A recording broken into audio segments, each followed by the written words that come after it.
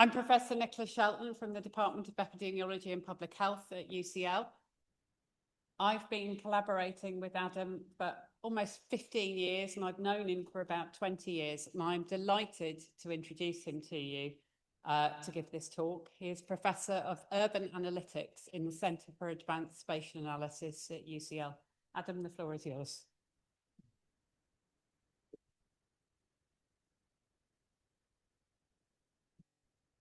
Right, can you hear me? This is nice, thanks for coming. Yeah, so we're going to talk about schools today. This is a report I wrote, and this is hopefully going to be a contribution to a bit of a citywide debate that's been ongoing for the last 2 years, I guess. At times it's not been a fun debate to be involved in, but I think I've got a lot out of actually getting stuck into this data. And I think, tonight's talk is really going to be about letting the data talk. I'm going to try and do my best to steer away from politics and those sorts of things.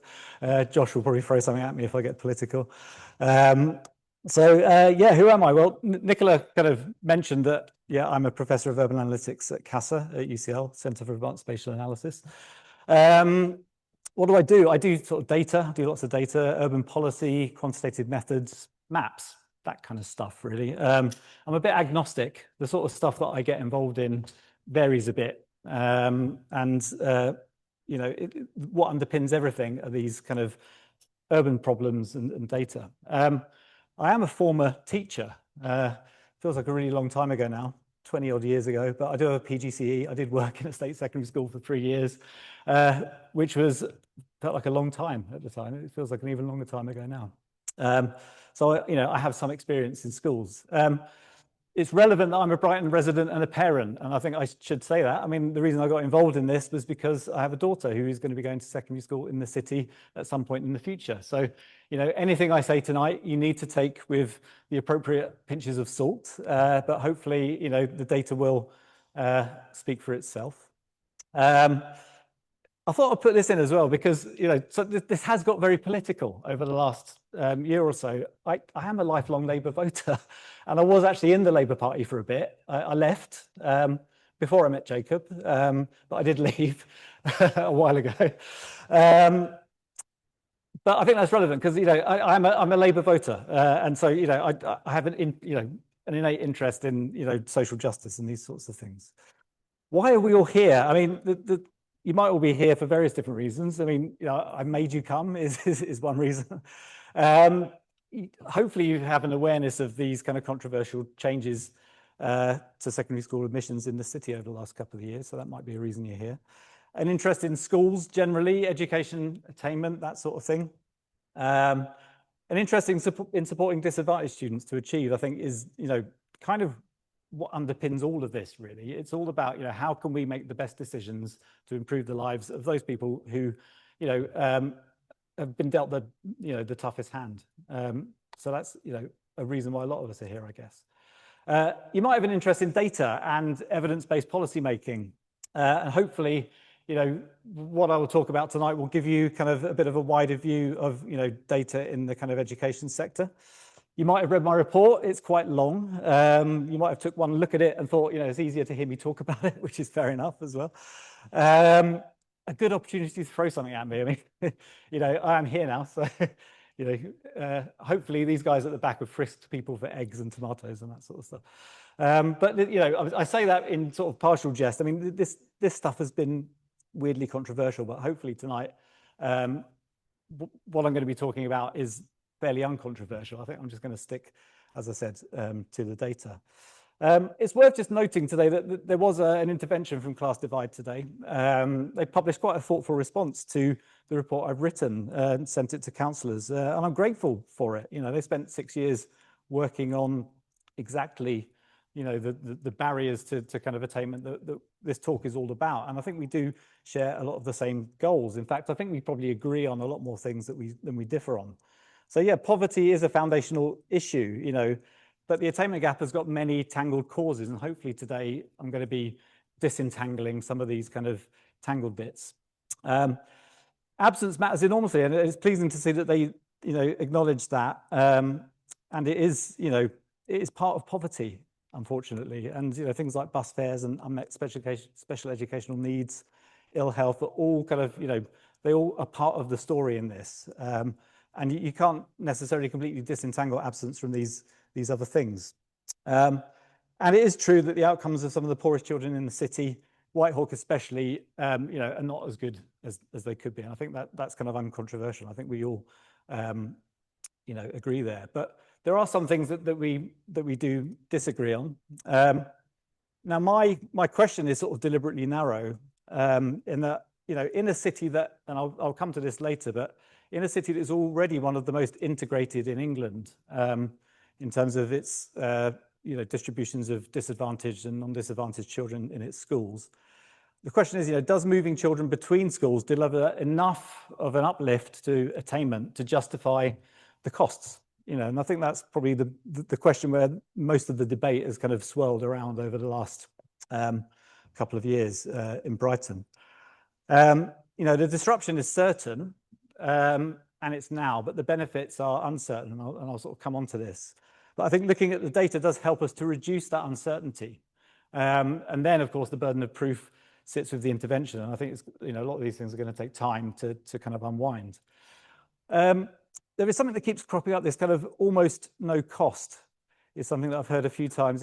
Professor Stephen Gorard has used this term, you know, that mixing up children in the city is something that can be done at no cost. But I do think that it's worth reiterating that longer journeys do mean more absence. And, you know, these longer journeys are often borne by the poorest people in, you know, the city. And that is something that I know Class Divide have campaigned about. But, you know, it's one of these things where if an intervention is going to be making one of these factors a lot worse and making absence worse, is it a wise intervention?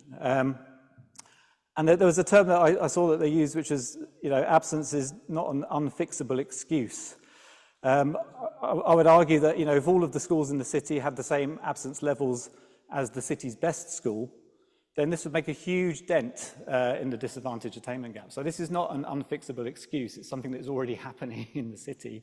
It just needs to be happening, you know, a bit more kind of, you know, across the board. So that's where we differ. And I'll leave that there, but I think it's worth kind of, you know, just mentioning that at the beginning of the talk. This is, you know, at the end of it, it comes down to values as well as evidence, but I'm going to really be focusing on evidence today. So this is it. This is the report. You can get your phones out. You can scan the QR code if you've not already looked at it. This will take you to the report. There's a PDF version. There is an online version. It's quite long. It's also accompanied by exhaustive amounts of analysis and graphs and charts and things. I'm a big proponent of open science. I don't want to just be sticking, you know, coefficients and, you know, proclamations about data in front of people unless they can actually go in and rerun the analysis themselves and check that what I'm saying is actually true. So if you want to do that, you can. It's all up there. It's all on GitHub. You can delve into it. I'm hopeful that none of this is going to be too controversial. Oh, GitHub is it's a repository for computer code, essentially. If you go via that link, you can go to my GitHub, and it's got all of the code that I used to run the analysis, to create these slides, to do everything. Yeah, sorry, Nicola, thank you. So I'm going to start with the headlines. So these are the headlines for the, you know, the report, and then I'll go afterwards into the actual, you know, the nitty-gritty of the data. So over the last 4 years, after you account for the structural factors that affect things like attainment, Brighton and Hove ranks out of 152 local education authorities in the UK. It ranks 7th best for disadvantaged GCSE attainment and 5th best for non-disadvantaged GCSE attainment. So, you know, this is good, right? This is good. Last year in Brighton and Hove, it was the second worst out of 152 local education authorities for absence. Okay, so those are the kind of headline statistics, and I will delve into these in a lot more detail. GCSE attainment is actually, and when I started delving into this, I was kind of taken aback by how predictable at school level GCSE attainment is. You can explain 80% of the variation between schools in England just with a handful of variables. It's almost, in social science, we don't get models that are able to predict, that level of kind of variation. This is, incredibly predictable. And that is powerful because it means that once we know what actually kind of affects attainment, we can then start to develop policies to hopefully kind of look at where it's, where we could start to improve things. The number one biggest factor affecting disadvantaged student attainment is absence. And I will come on to this in a lot more detail later, but that is, the headline statistic. And the data shows that disadvantaged students in England do better in schools with more disadvantaged students in. And this is, I think, perhaps one of the more controversial pieces of kind of analysis that came out of this work when I was doing it, because I wasn't expecting it. The narrative in the city had been, and in fact, in the council papers, it was said that disadvantaged students do better in schools with fewer disadvantaged students in. The opposite is true from the last 4 years of data that I analysed. And I should say that when I delved into the literature as well, this was a finding that actually came out in 2015 as well by the Department for Education. So it's not an old finding, and it's actually something that's borne out in the more recent data. So those are the headlines. I think where I come in with some sort of frustration is that, if you don't understand the data, and I think the data is, it's not the be-all and end-all, it's not everything, but it's the place where you need to start, I think, because it gives you the kind of the big picture. And if you don't understand the evidence, then that can potentially lead to poor policies being made. You can kind of think something is causing something, and when actually it's something else, and then you can make, unwise and poor policy decisions. And it can also lead to poor parental choices. And I'll come on to choice later on, because it's something that sort of came out in the analysis. But, if you don't have a full kind of good understanding of the evidence, then the likelihood of making a kind of an unwise choice for your child gets a lot higher. So hopefully this talk should help sort of demystify some of that as well. A bit wider context. I'll try and skip over this. I've got a lot of slides, and the sort of context will take a long time. But the government is very on top of this, and they released a white paper a couple of months ago with a number of the kind of laudable ambitions that you would expect any government to put forward. So halving the attainment gap, disadvantaged attainment gap. So this is the gap between the attainment of disadvantaged students and non-disadvantaged students. And in the UK today, this sits at 15 Attainment 8 points. Now, Attainment 8 is basically GCSE points. It's like a kind of a basket of GCSEs that are used to kind of look at overall GCSE attainment. So it's 15 points, and the government wants to halve that. They want to improve attendance, reform admissions, all of these sorts of things. So this is, there is a lot of kind of central government policy motivating this.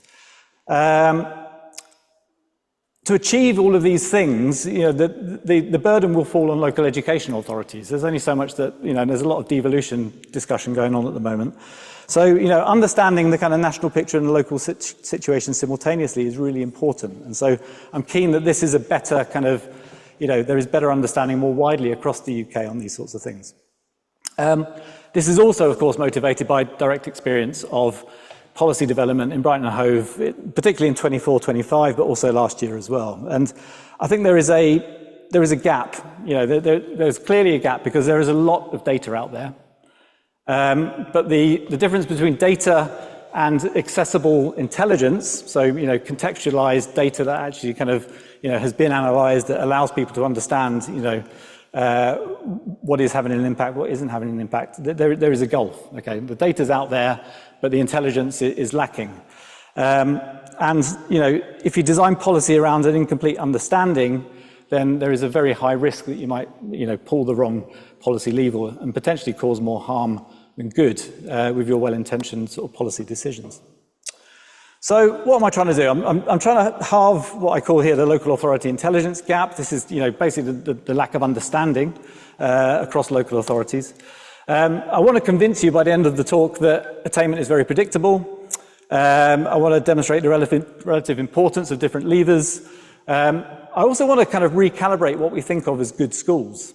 And I want to try and convince you that most of what many of us might conflate with good schools, and I think before I did all this work, I was probably in a similar position.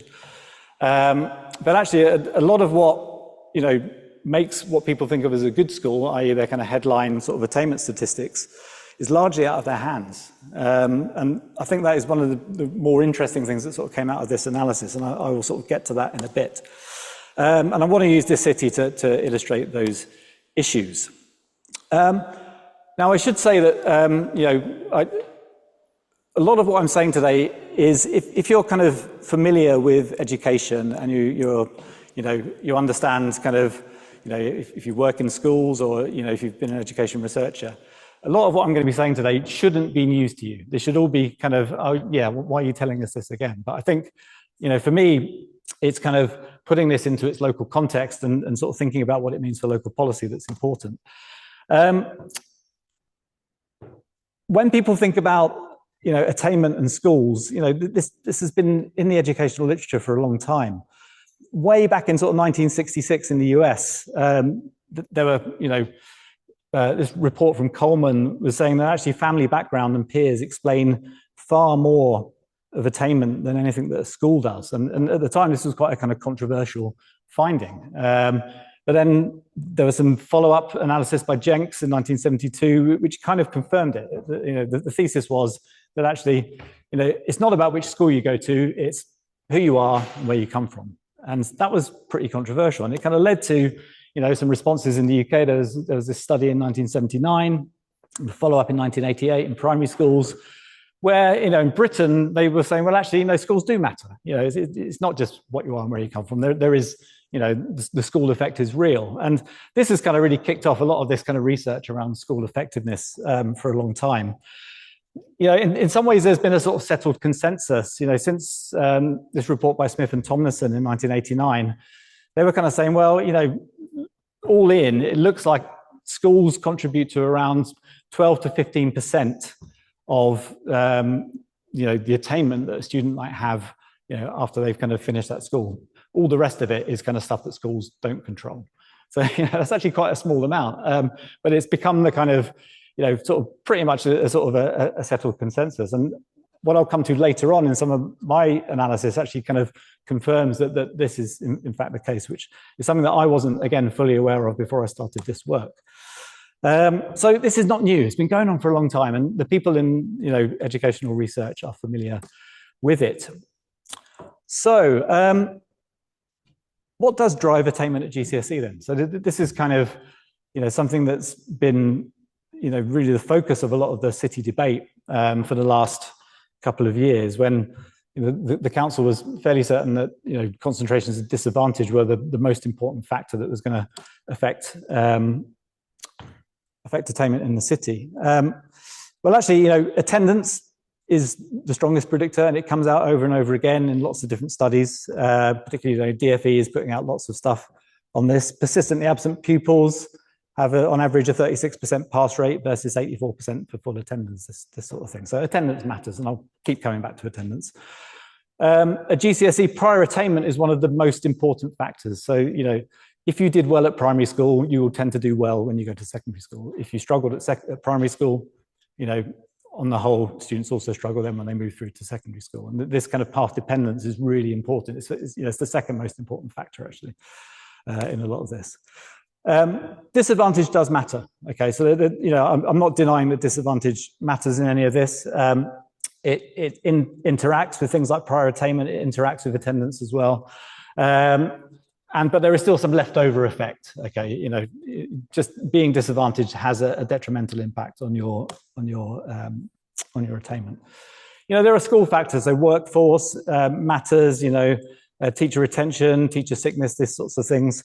Selectivity matters, but it creams off rather than really improves. And actually, sort of things like the grammar school effect disappear once you control for sort of socioeconomic status. Grammar schools aren't better; they just get in, pupils that are kind of more advantaged and generally kind of already doing well at sort of key stage 2. So, but it is a factor. Individual pupil characteristics, of course, and there's a lot of variation. You can control for all these high level factors, but actually, individual pupil characteristics do matter as well. But the crucial thing is that all of these things are multifaceted, they're complex, and they're interrelated. You can't look at any one of them on its own because you may get a false impression of what's going on.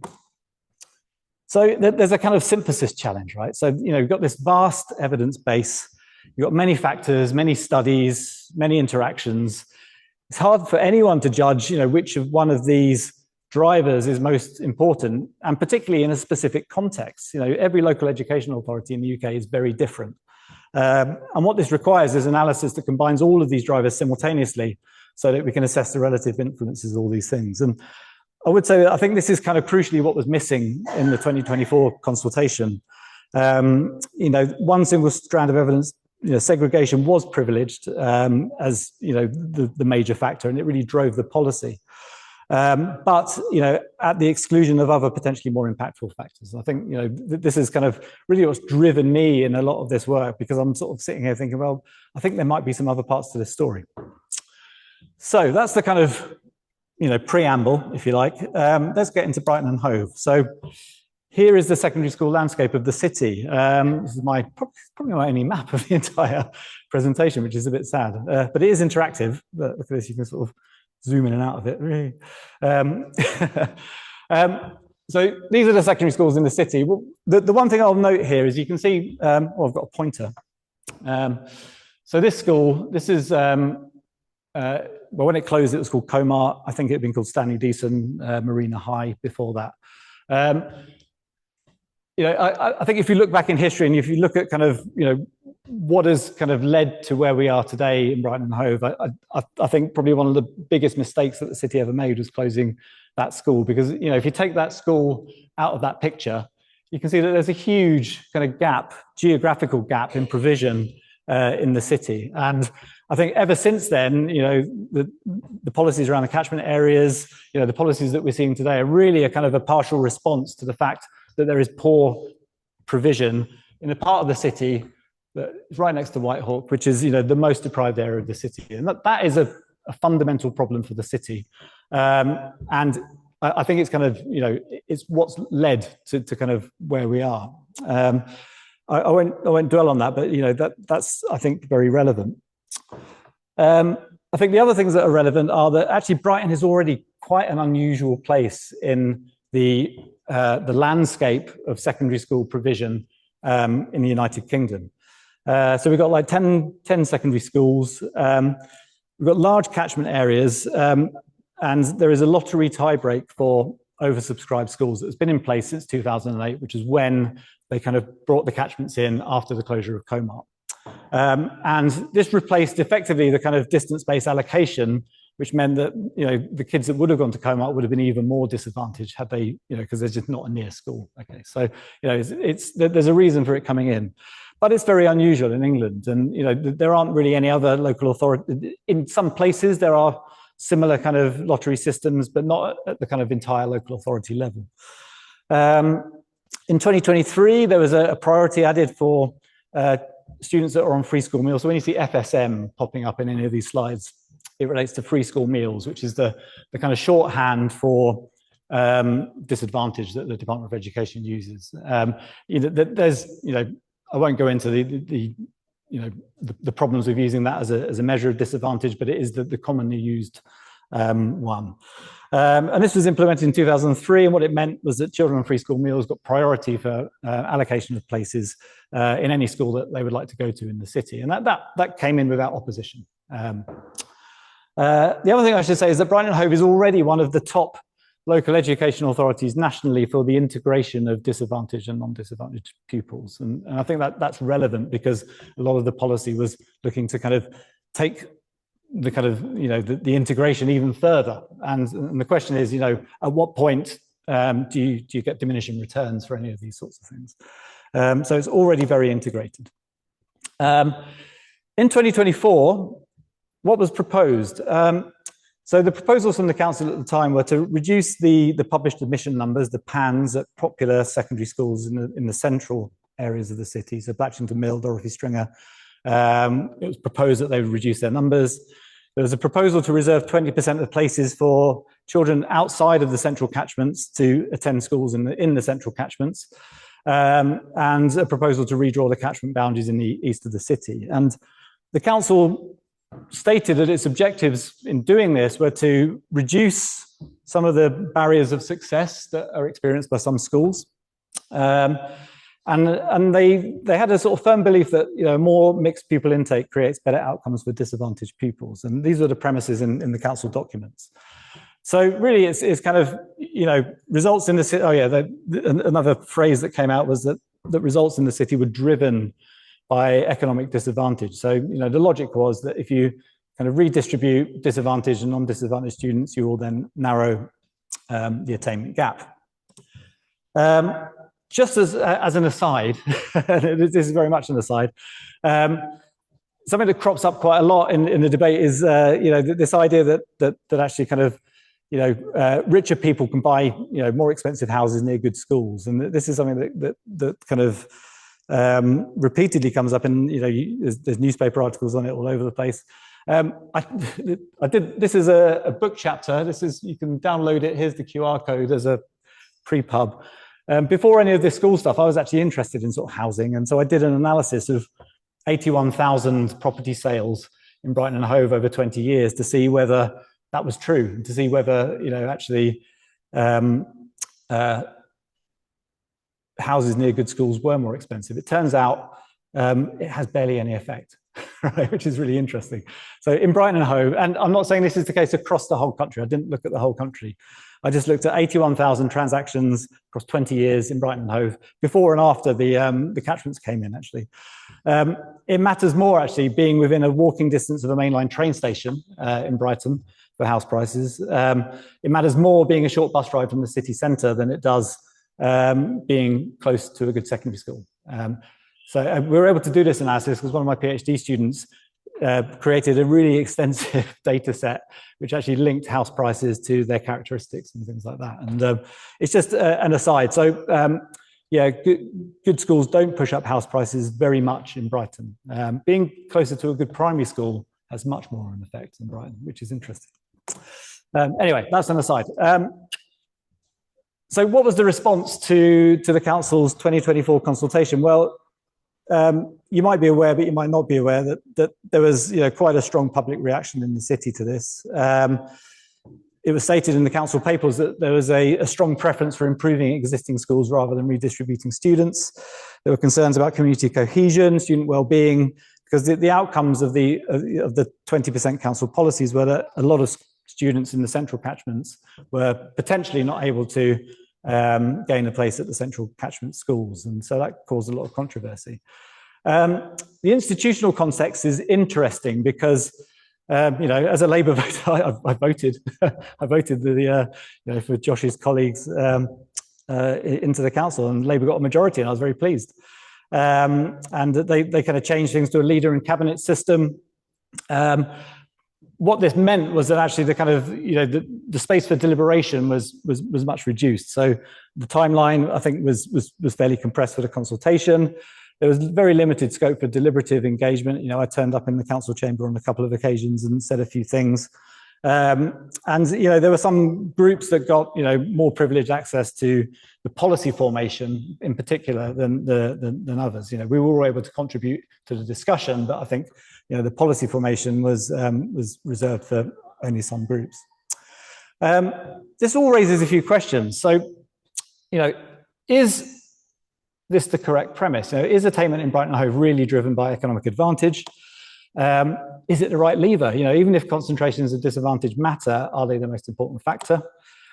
How is the city actually performing? You know, once we account for all these structural factors, what are the risks? You know, if you bring in these policies, are there any sort of second order effects that might come into play? Should you even be pulling the lever, or should you be pushing it in the other direction? You know, these are all questions that I think I needed to answer in order to kind of, you know, for my own kind of interest, but I thought that actually other people in the city would be interested in understanding as well, and certainly the council should be interested in understanding for building better policy. Fortunately, I was able to answer most of these questions for me in quite a satisfactory way with the open data that the Department for Education publishes that's available for everybody. And that's where I'll turn to next. So I kind of delved pretty deep into the data. So this is all open. So these are all available, freely downloadable from the DFE websites. And I've got data on things like school performance. So all of this data was at school level. This wasn't pupil level. This was taken at the aggregate school level. There is pupil level data available, but it's not open and it's harder to get hold of. So I wanted to do something that was, that anybody could reproduce if they wanted to. There's data on pupil absence and attendance at school level, characteristics, so free school meals that I mentioned. EAL is English as an additional language, things like prior attainment, school workforce data on, teacher retention, sickness pay, these sorts of things. Ofsted ratings, admissions policies, other characteristics such as the size of the school, whether it's religious school, all of those sorts of things. And essentially, I kind of gathered 4 years worth of data. So I went back as far as COVID, and these are 13,400 school and year observations. So it's quite a big data set. That included 3,500 academies in England, 152 local education authorities, quite a lot of data. So, very interesting stuff, but I think I would argue underutilized. And I kind of built a model, right, to sort of get under the skin of this data. But what is a model? What are we talking about when I'm sort of talking about modeling? I guess the sort of one way of explaining it is that it's a sort of statistical explanation of how GCSE attainment varies between schools once we account for the things that we know affect attainment. So I came up with this. I got Google Gemini to draw me this when I was sitting on a train coming back from Birmingham, I think. So it's a slightly shonky diagram, but what I'm trying to get across of this is, you've got two boats here, and and to all intents and purposes, they're the same boat, right? Very similar. It's tempting to think that this boat is the better boat, right? It's ahead. It's ahead in the race. It's getting to the finishing line quicker. So, and I think this is kind of what we see with a lot of the school attainment sort of stuff that makes it into the press and things. One of the things that annoys me most of all when I open up, the Argus and it says, new ranking of the best schools in Brighton and Hove, and all it does is it just ranks the kind of attainment 8 and says, Brighton College is the best school. So it's like, well, okay. Brighton College has very different conditions. Its tailwinds are somewhat more favourable than the headwinds perhaps experienced by other schools. So what the model is doing is it's equalising the conditions that the different schools are facing.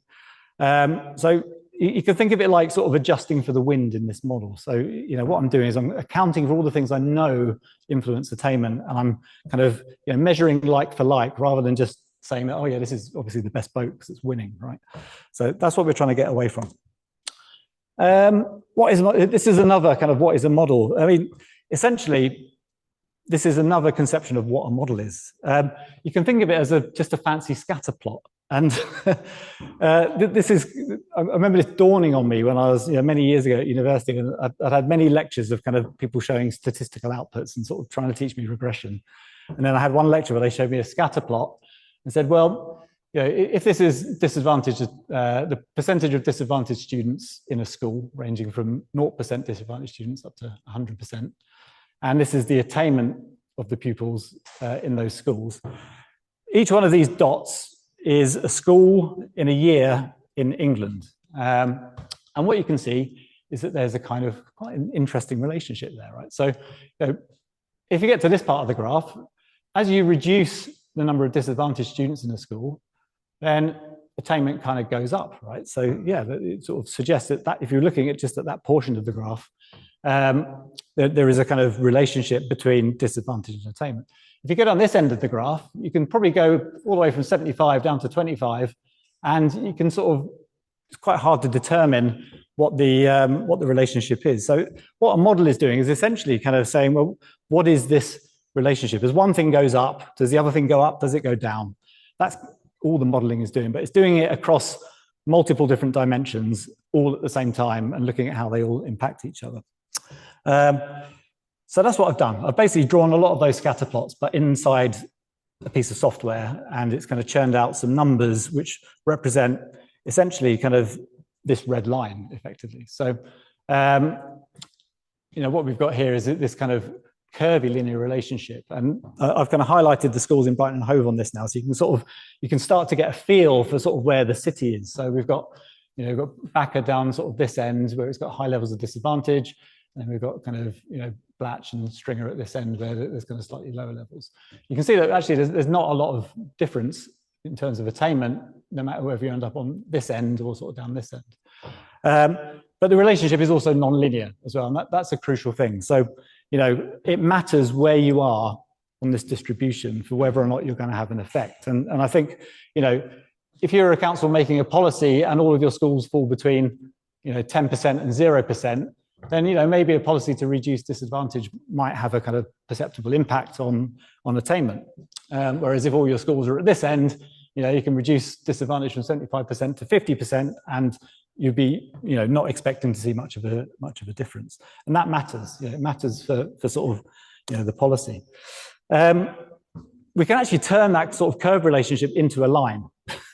So all I've done here is I've put the axes on a log scale, and so logging kind of both parts of the model actually kind of makes these things into a line, and this linear relationship is what's useful in models. Okay, so you can make a nice simple model if everything lines up linearly.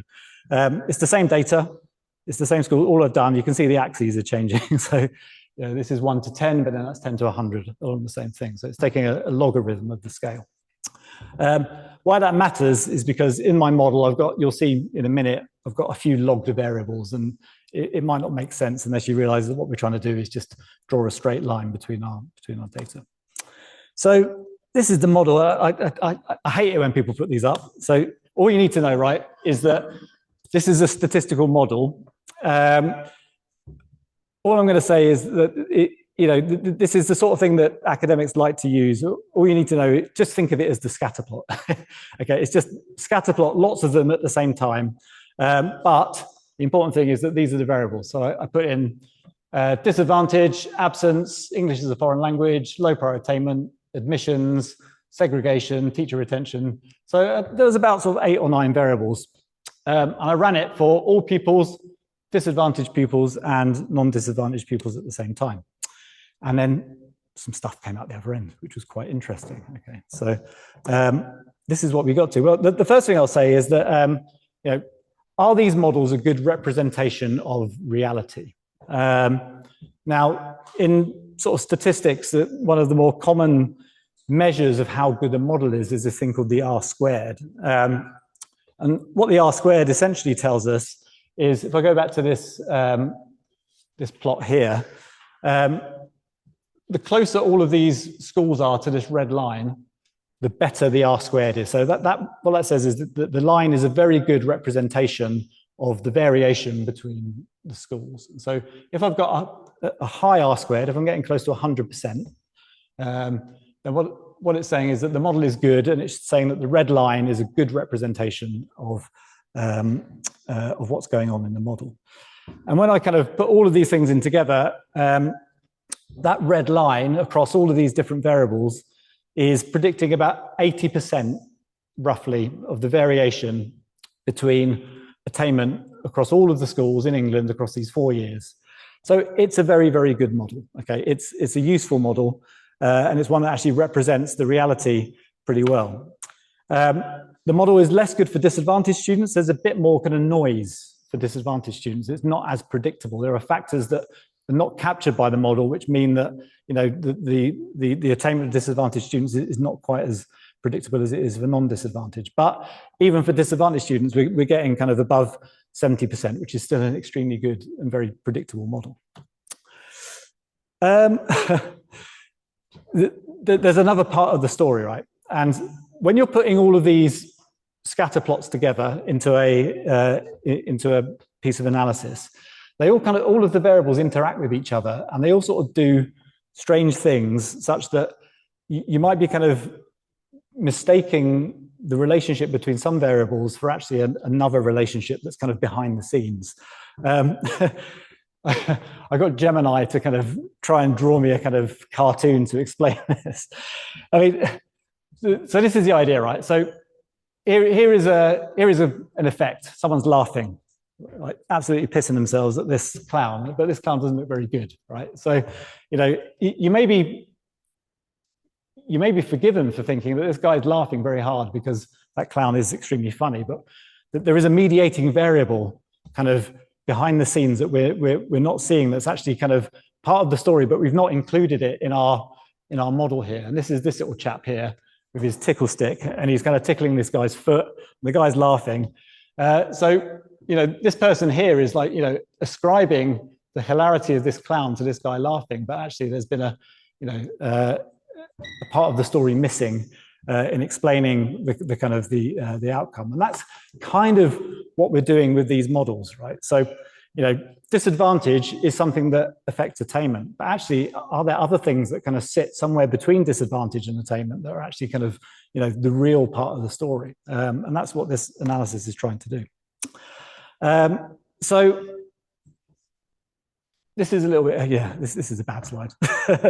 But what this is showing is that this is showing that kind of mediation ladder, if you like. So if we look at just, the proportion of free school meal children in a school and use that to predict attainment, then this number represents effectively how steep that red line is on that scatter plot. So the steeper your red line, then the stronger the relationship. So, so the higher the number, the bigger the number, the stronger the relationship. As free school meals concentrations go up, then attainment goes down. That's the kind of relationship there, because it's negative. Now, if I was just to be kind of using just this kind of free school meal thing, what happens is that we sort of see this number and think, okay, yeah, it's having an important effect. But then when we add in absence, you'll notice that in the presence of absence, our mediating variable, what happens is that the free school meal coefficient actually halves. So all of a sudden we've introduced something that kind of wasn't there before, but the effect is kind of reducing. And then when we add in another variable, prior attainment, we notice that this number goes down even further. So what we're getting is that at the high level, we can look at things like disadvantage and say, well, yeah, it does have an effect on attainment, but actually there are other things that are kind of related to and sort of associated with disadvantage that mean that actually the relationship starts to diminish once we include these things. And I think that's important, particularly for this kind of policy formation. In scatter plot terms, this is kind of what happens. So this is the original relationship. When we put in those mediating variables, you'll notice that the line starts to flatten. And when we get to a horizontal line, that's when there is no relationship between a change on this axis and a change on this axis. So the flatter the line gets, the weaker the relationship. So by not accounting for things like absence or prior attainment when we're looking at kind of the effects of disadvantage, that is giving us an incomplete picture. Okay, and it's the sort of thing that we need to sort of pay attention to. What about segregation? I mean, I put segregation in here because it came up very strongly in the during the consultation. So Stephen Gorard, who has made lots of interventions into this whole story over the course of the last 2 years, he made one today as well, which is nice. But he appeared in the scrutiny committee. He's kind of his papers were used as sort of justification for a lot of the sort of policy stuff. So I used his index on segregation to see whether is the Gorard segregation index having an impact on attainment across England.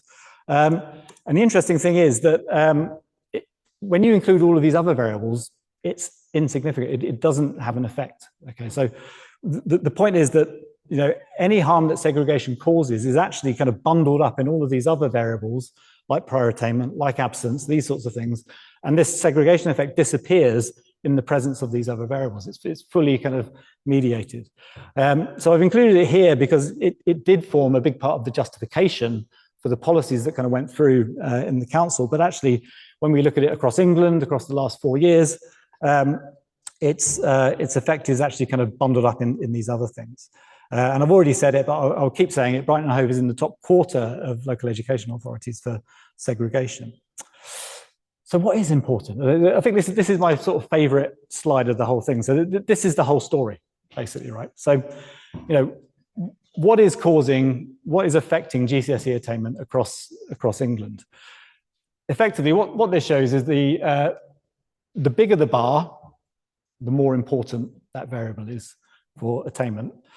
The direction of the bar shows the effect, whether it's a positive effect or a negative effect on attainment. So if it's going this way, then an increase in absence has a negative effect on attainment. Low prior attainment, if you've got higher amounts of low prior attainment, that has a negative effect. Selective admissions, all right, so if you select students out, that has a positive effect. So these are the effects. So you can see clearly the overall absence is by far and away the most important variable. However, I've also disaggregated this by types of pupils. So we've got all pupils, we've got disadvantaged pupils, and we've got non-disadvantaged pupils. So what we have here is that for disadvantaged pupils, you can see that the purple bar is, this is the #1 factor across 4 years of data, across 3,000 odd schools, 4 times over, for GCSE attainment. If you're not in school and you're not learning, then that understandably has a detrimental impact on the attainment that you're going to have at the end of it. I don't think that's controversial. What's interesting is that actually it matters a lot more for disadvantaged students than it does for non-disadvantaged students. And again, when you think about it, you can think of the reasons why. Non-disadvantaged students may have better support networks at home. They might have more access to kind of, books. They might be able to get to school easier. All of these sorts of things. So, missing a day of school is a very different kind of. There are very different outcomes for disadvantaged and non-disadvantaged students. Low prior attainment, you'll see, is actually very similar. So if you're a very well-off student, but you didn't do so well at primary school, then that's going to carry through at about the same rate as it's going to carry through for disadvantaged students. Selective admissions is interesting because if you're a disadvantaged student and you are selected into a selective school, so this could be a grammar school or possibly a religious school sometimes, if you were lucky enough to get like a scholarship to Brighton Girls or something like that, that's a kind of a selecting in effect that if you're disadvantaged has a really big impact on attainment. Now it could be the schooling, it could also be a selection effect, right? If you've been selected in, you might have been picked because you had a particular talent or ability or something like that. But if you're disadvantaged, this really gives you a massive kind of boost. This for me is the kind of most interesting one, which shows that actually for disadvantaged students, being in a school with a higher proportion of disadvantaged students in isn't a negative effect. It's actually a slightly positive effect. It's the only relationship in the entire model that swings the other way. And when I looked at this, I was like, oh God, right, this is going to be bloody controversial. So I went in and I delved into all different kinds of disadvantage measurements. I went into all different kinds of attainment. I looked at kind of maths and English separately. I did all this sort of, if you delve into the online stuff, you can see it. There's an aside in the data and you can really delve into what I did. It holds for about, I think it was about 3/4 of the different relationships. So it's a real relationship. It's not just an artifact of the data. It's not just something that's kind of just come up because of the way it was measured. It's an effect that holds. And yeah, I was surprised about this, and I knew it would be controversial. But it actually, when I went back and delved into the literature to see if there's any sort of, prerequisites for this, I found that there was a 2015 Department of Education study which kind of showed exactly that. And when you think about it, you can think about how actually, schools with high levels of disadvantaged students are able to really kind of tailor their offering. They can kind of, design, particular programs for the students to really support them. And, it's a factor that kind of, is interesting. Things like English as an additional language, if you speak if you're born speaking a different language, that has a big sort of, positive impact, again, which is sort of, bound up in the sort of expectations of sort of migrant populations and that sort of thing. As we go down, you can sort of see things like, teacher retention and sickness days, things like that are much less important, but they matter a bit and they're all part of the story. There's Gorard segregation at the bottom. So this is interesting, all right? So absence dominates. Absence is, by far and away the biggest factor. Its coefficient is roughly 2.6 times larger. Oh, what have I done there? concentrations of disadvantage. For disadvantaged students, nearly half of school level performance variation is explained by attendance alone. So it's massive, right? It's absolutely massive. It matters almost twice as much for disadvantaged students as it does for non-disadvantaged students. And I mentioned this already. So the reasons are the lack of safety nets, things like engaged parents and things for non-disadvantaged students. I think the take home from this is that really sort of if we're looking for kind of equity levers in the city, attendance is it really. It's the ultimate equity lever.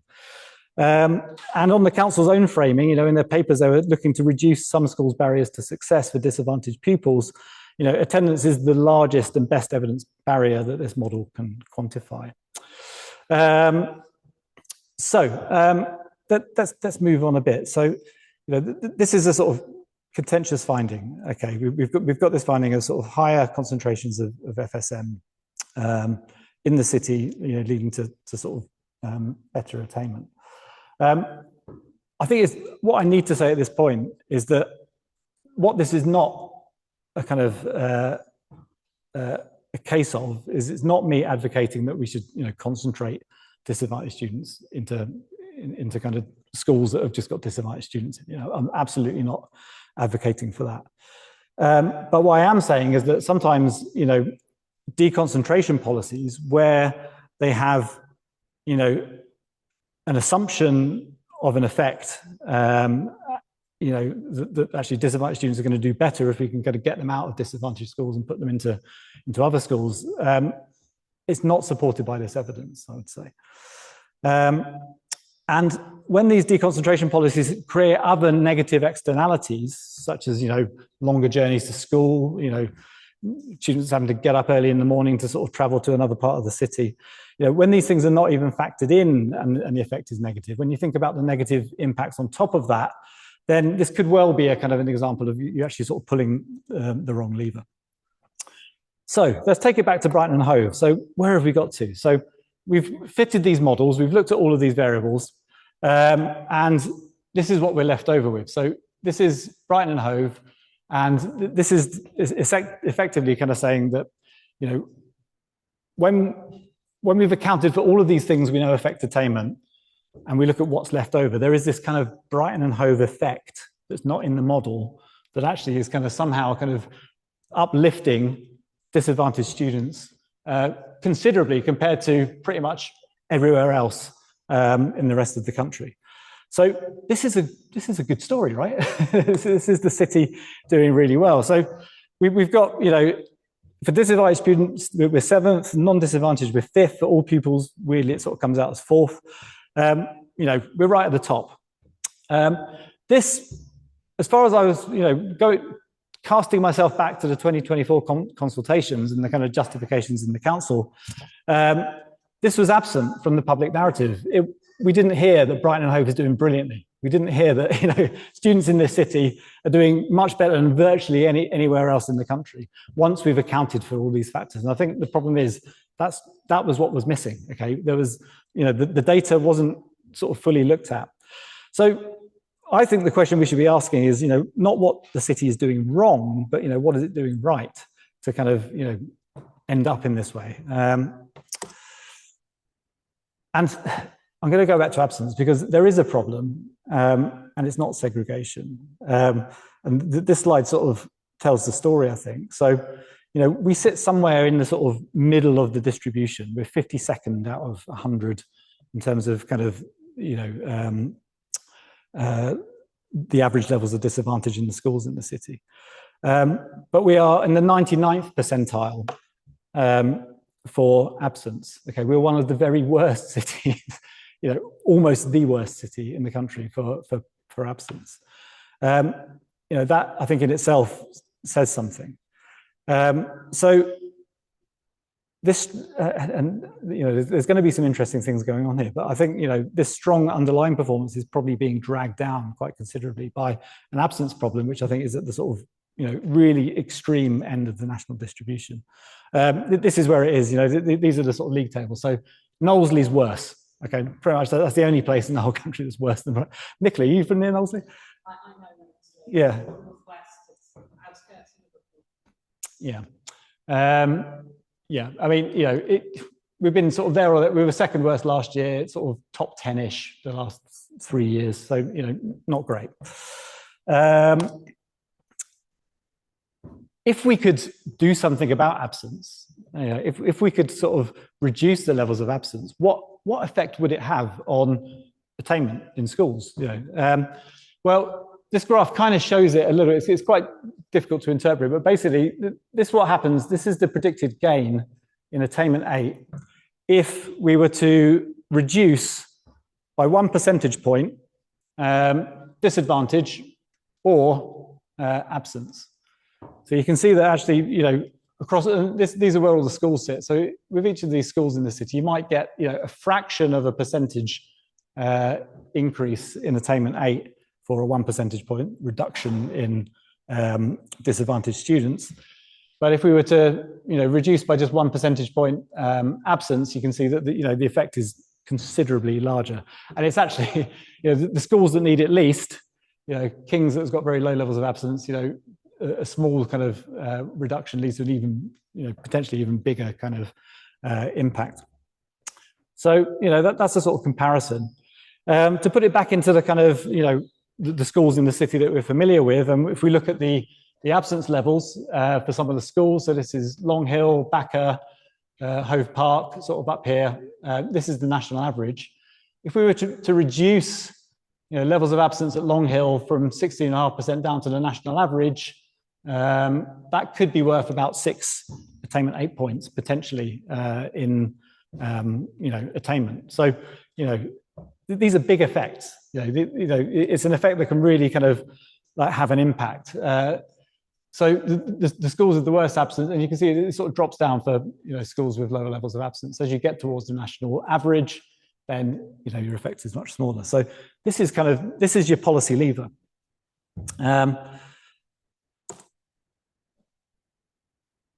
Now the next bit of this talk, I want to kind of I've talked a lot about absence and attainment, but I want to sort of take it back to perceptions of schools, because I think a lot of our perceptions of schools are associated with these kind of high-level attainment statistics. What is a good school? What makes a good school? And I've been a teacher. I know that schools are much more than about attainment. There are places for children to grow, to turn into adults, to get pastoral support, to kind of they're focal points for the community. Then schools are much more than just about attainment. But the government policy and the debate in the city, a lot of this is around kind of attainment. So I'm going to zoom back in on attainment. Is a good school one that simply has high levels of attainment? Or is a good school one where the pupils exceed the levels that we would expect given the circumstances? And I think that's quite an important distinction. What this graph does is this takes all of our modeled schools and it looks at what the model predicts, and it compares it with what we observe in the actual attainment. This is for disadvantaged pupils. This dotted line is the kind of line of equality. So if a school is below the dotted line, it's doing slightly worse than you would expect compared to the reality. So the model is predicting a score that is, well, the observed score is lower than the score that the model would predict given the circumstances of that school. If you appear above the line, then you are doing better than expected. So, the pupils in your school are kind of exceeding the attainment that the model predicts that they would get. And you can see in Brighton, there's kind of roughly a sort of 50-50 split here for disadvantaged students. With some schools, Backer, Blatch, Dorothy Stringer, Hove Park, this was in 2024-25, being above the line, and some schools sort of being below. So with this kind of model, we can start to kind of actually look at, make these comparisons, what is a good school? And if we can actually sort of conceive of a different kind of league table. So I mentioned that I got annoyed with things like, news stories in the Argus just projecting the Attainment 8 scores and saying these are the best schools in the city. Well, this is a kind of an alternative league table. This is a sort of value-added league table. These are the schools in the city where disadvantaged students exceed or are lower than expected across these different years. So we've got 4 years of data. This is the average across the 4 years. And you can see that actually Backer comes out as the best school in the city by a decent margin. In fact, last year, students left Backer with almost over 5 GCSE points more than you would expect, given the circumstances that school experiences. I think that makes it a good school, right? This is a school that is exceeding expectations. And so, we can keep doing this, and we can kind of, reconsider what we think of as, good schools. I put this slide, I'm going to skip over this slide, but Mark, who's at the back, asked me about Progress 8. And this is a bit different. So Progress 8 is the government has kind of already tried to kind of account for this kind of variation in sort of cohort. And they produced this thing called Progress 8, which I think is getting killed off this year. It was an attempt to kind of try and account for this sort of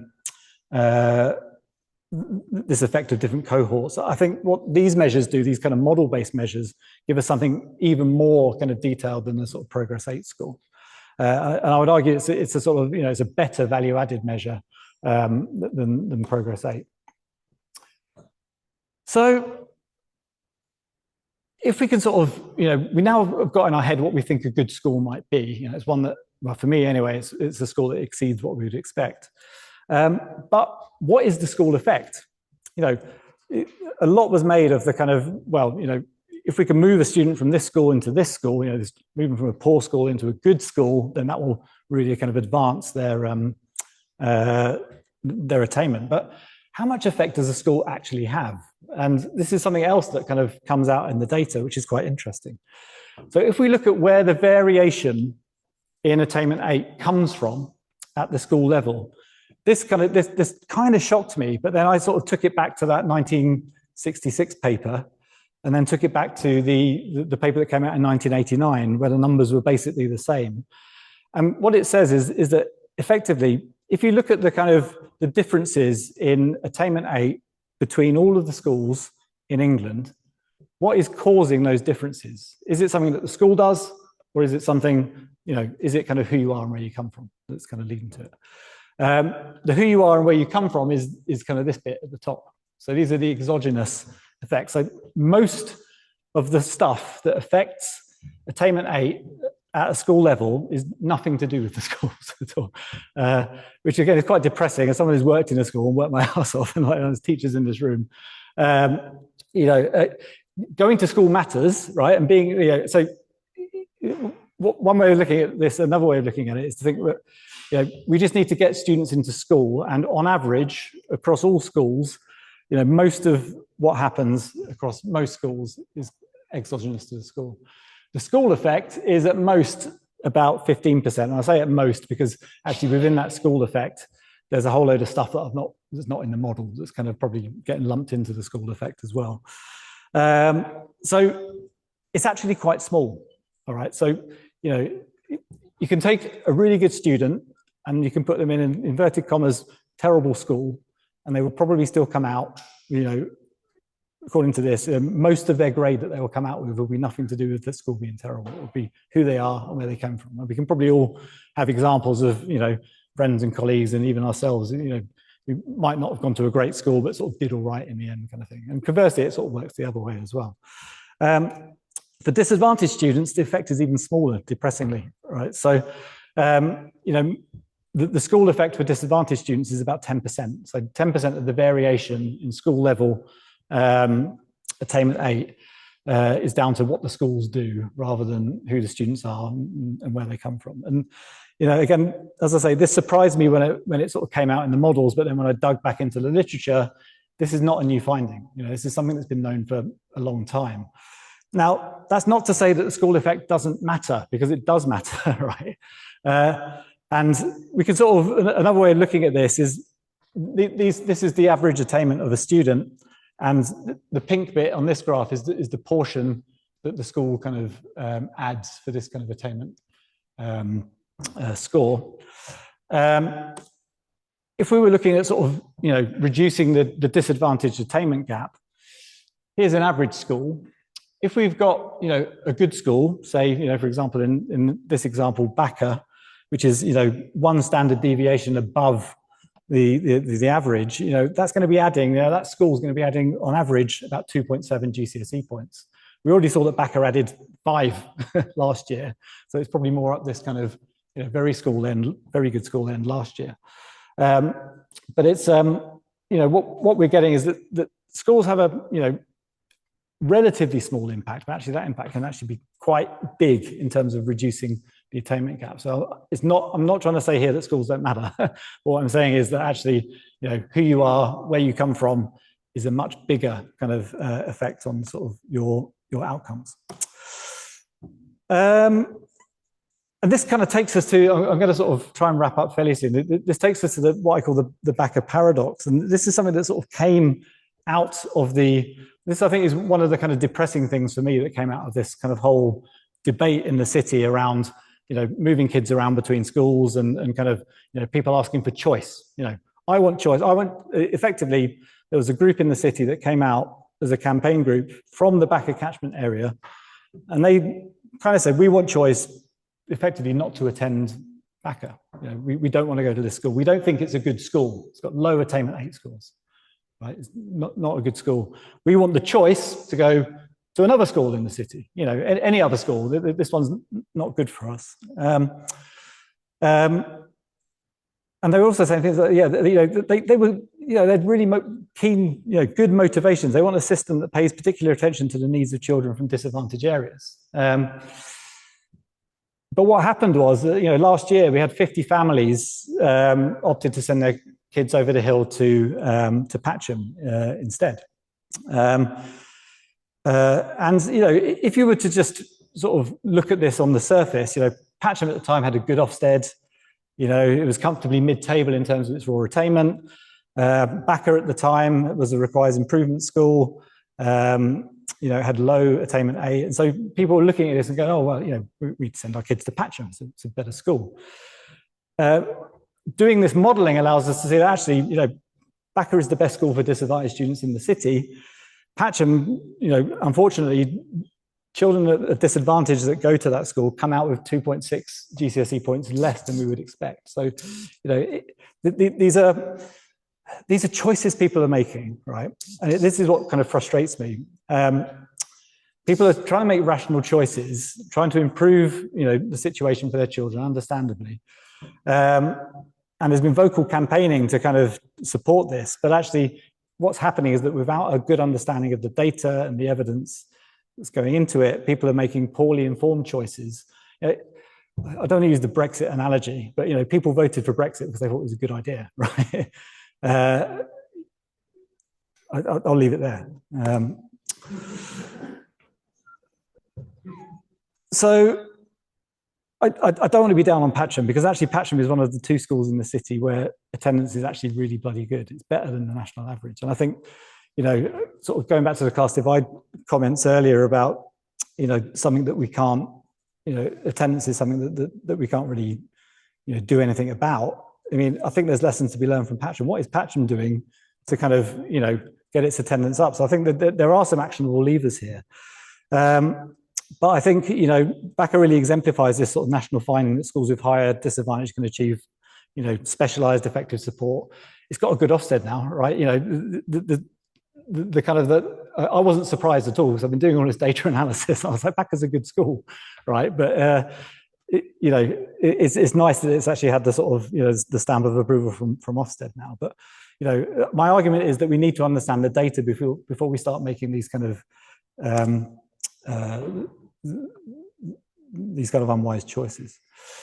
I'm going to skip over these attendance slides because I could go very deep into attendance, and actually if you want to sort of read the report, it sort of really delves into sort of things that schools can do and things that they can't do. So I want to kind of wrap up a little bit and sort of think about sort of reflections. So I think there is a danger that we can develop policy on the back of sort of a single lever. So the council's proposals were built on the premise that attainment was driven by economic disadvantage or advantage. I mean, I hope that I've kind of convinced you that I don't agree with this premise. The DFE's research from 2015 was kind of showing this, but I think now this modelling hopefully kind of shows that it's not disadvantage that's driving attainment in the city. I think we've got a different problem that's has an association with disadvantage, but I think it's a lever that's more important. Concentrations of disadvantage, redistributing children across schools in the city is one of the weaker levers available to improve attainment. And for disadvantaged students specifically, this direction runs opposite to the effect that the policy assumptions were making. The policy was pulling a lever with what I think is sort of relatively little mechanical advantage and ignoring one with considerably more. And I think that's, that's the real shame about what's happened in the city over the last couple of years. I've not talked about the second order effects, but, it's worth just mentioning that, if your policy, as you implement it, requires children to take longer journeys to get to school, and that happens for many children, whether they've chosen those journeys or whether those journeys are forced upon them, that's going to have an impact on those students, on their well-being. There has been research that has shown that pupils who travel further to school are absent more often. And given that absence is the city's most acute problem and the strongest predictor of attainment, then I think any policy that even marginally increases absence is going to be very counterproductive in terms of attainment for those that you're trying to kind of, whose lives you're trying to improve. It's worth noting sort of where we are now. The 20% pound reductions didn't happen. The pound reductions didn't happen. They were rejected. The 20% out of catchment priority that was proposed doesn't exist. It was reduced to 5%. However, the policy reverberations, I think, are continuing. And I think this is why I wanted to kind of get this analysis out now, because what we're seeing is there are still parents making suboptimal choices for their children based on an incomplete understanding of what's going on. The proposals to change the way that the sibling link worked this year also kind of resulted, behind the scenes, it was resulting in kind of increasing the out of catchment percentage from 5% up to sort of 10% or so. This was happening. This was a conscious decision, and I could only guess it was happening because I think behind the scenes people were still thinking this was going to make a positive impact, and they were trying to make it happen. Low levels of pupil displacement in 2026 after offer day were luck, they weren't judgment. Okay, so the worst didn't happen. Okay, the things that we feared didn't happen, but it didn't happen because the policies weren't in place. And I think the underlying belief that the current policy direction will benefit disadvantaged pupils in the city, I think, still remains. And I think there is a discussion to be had on that still. So, what should Brighton and Hove do?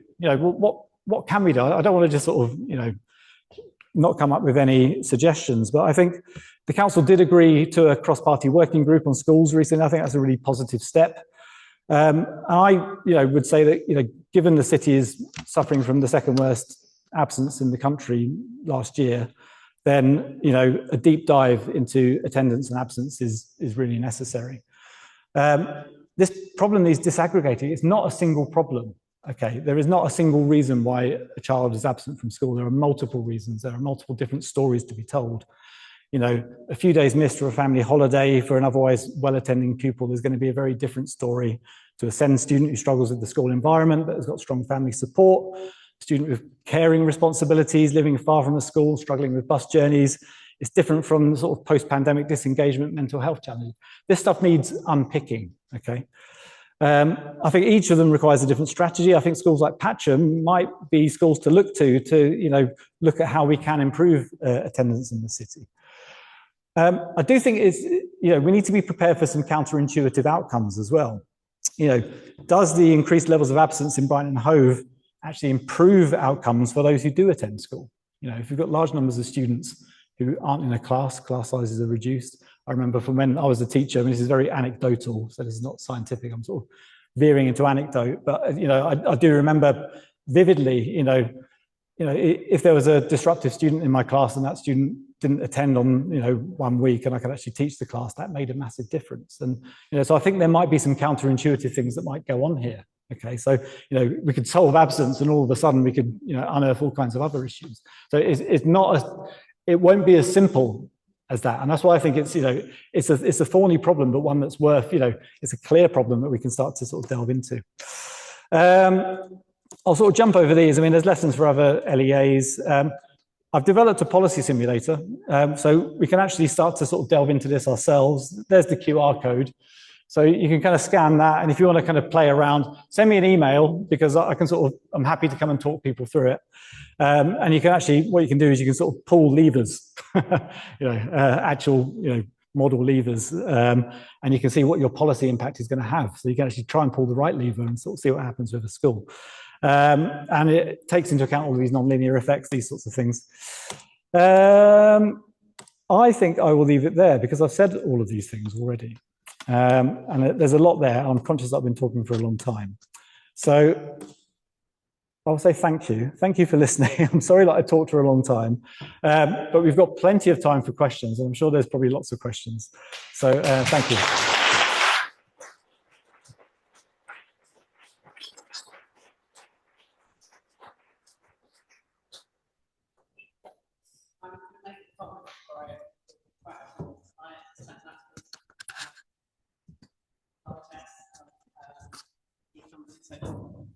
Social Research Council at the International Medical Geography Symposium in Toronto.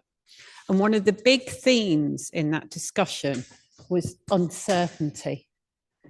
And I think a lot of what you're talking about the alternative models that are being proposed, increase uncertainty for people. And that's been associated with poor health in many different circumstances. So there aren't just academic values and measures that may be at risk if we change policy to something that's never been tried anywhere else. It will increase uncertainty, and that may not be good for student well-being, but also for parent well-being as well. They're not actually sure where their children are going to be going to school next year. Okay, I'd like to open the floor.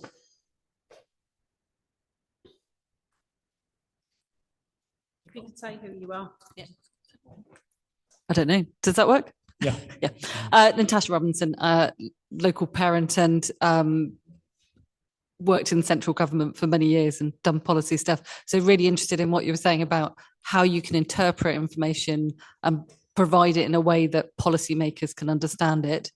I was just wondering, you've got some of the different variables there. Are there any other variables that you'd have liked to include in the model, or any other ones? So what's prompting this question is a discussion I had today with a colleague who's a governor of schools in London, and he was asking particularly about the impact. I said I was coming to this lecture, and he said I'd be interested in it in terms of the impact of different ethnicities, particularly Black Caribbean is something that they see a lot in their school. So are there other areas which you'd like to sort of build the policy tool so it can deal with?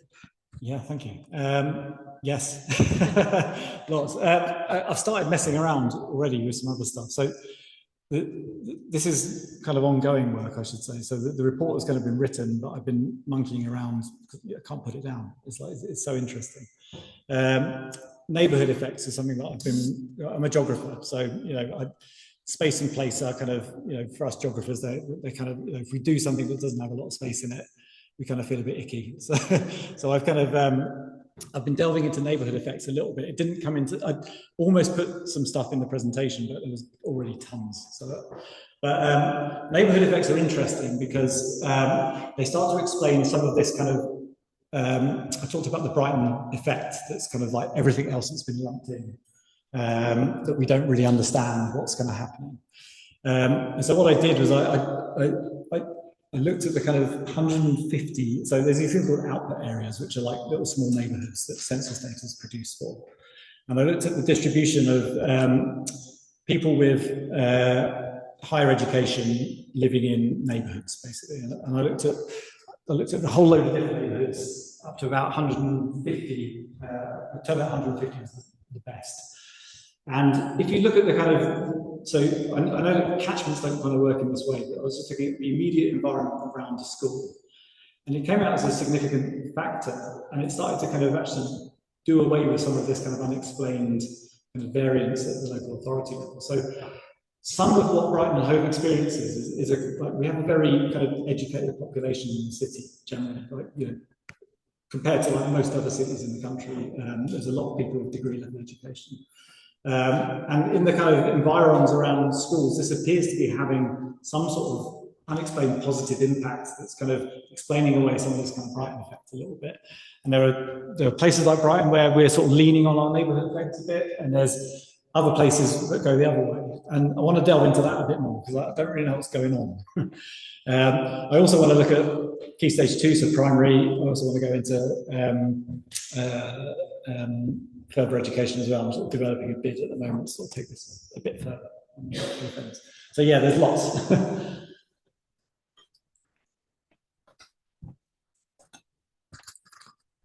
Thank you. Hi, I'm Anna. Thanks, Adam. It's fascinating and so many questions. So I'll try and choose my top ones. Just on that first point about primary, I was struck when you kept coming back to prior attainment. I'm sure you know this, but the fact that mothers' level of attainment is the strongest predictor of Key Stage 2 results. Mm-hmm. So the level of whether your mum's a graduate or not has more impact on how you're doing your SATs than anything else that happens in your life. And so there's loads of stuff from all the EPI research from Oxford about 20 years ago that they did. Great work. And then going the other way, as you just mentioned, the Milburn stuff showing Alan Milburn's big State of the Nation review recently showing incredibly high levels of unemployment and mental ill health in our young adults, being a huge burden to the economy and awful for them. And I feel like the attendance issue that we've got, those children that are persistently absent and then not achieving because they've been persistent absent are then not getting jobs and very, very ill. But then in terms of bringing it back to Brighton, so I work in education, I have for my whole career. And I tried really hard to help with this or with Jacob and with my contacts, and I'd worked with Gorard in a previous life, which was so closed and defensive. I wasn't trying to critique. I was just like, you know, can we help here? Because these issues are national, they're not just Brighton. And so when you say look to Patcham for what they've done on attendance, I know you skipped over your next slide, which was other local authorities. Please don't look to Patcham. It's fine to look to Patcham, but actually there's like 3,000 other schools in the country, like just have a bit of a bigger lens. And so I used to work for the government, now I work for a trust. We're working with Bristol Local Authority, who are bringing loads of different partners and doing great stuff because they're an open council, and also Labour. So I'd love it if Brighton said, let's all be part of this working group and see what we can put together, because I think there's loads of potential. It's got a really educated population. It's got passionate, committed citizens who want the best. But, you know, my kid doesn't go to school. He's in the persistently absent things for mental health and the SEND needs not being met, you know, it's like really real as well. And so, keep me posted, keep it coming. And anything you've got, have you got links into like DFE? Because I'm sure their analytical department are not as accessible, I would say, as your model. And if I could help facilitate any of that. I did email some DFE people, but I didn't get any. I invited some people. Yeah. There's a new kind of like coastal task force type thing. Yeah, there is. I did send them an email, but I've not. I emailed them to come tonight, but I don't think they did. But they might be. So if you're here, sorry. No, thank you, Anna. Yeah, cheers. Yeah, just to add into that, Dr. Emily Murray at the University of Essex is a reader in coastal work now, and she has good links into them. So that'd be the person to talk to. Send Emily a message. Yeah. Cheers. Any more questions? Okay, take the one at the back and then there and then there. Okay.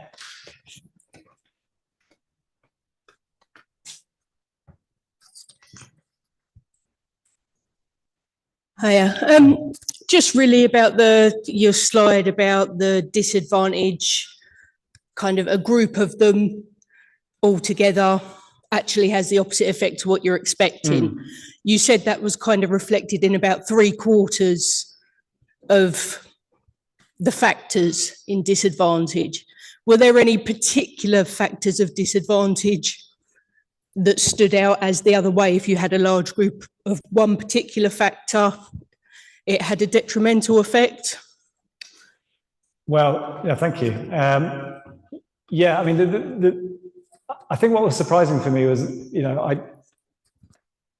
I've been aware when I was sort of first started to delve into this data a couple of years ago, and I was looking at there was a signal in the kind of attendance data that I thought I couldn't ignore. But at that point, I'd not disaggregated it by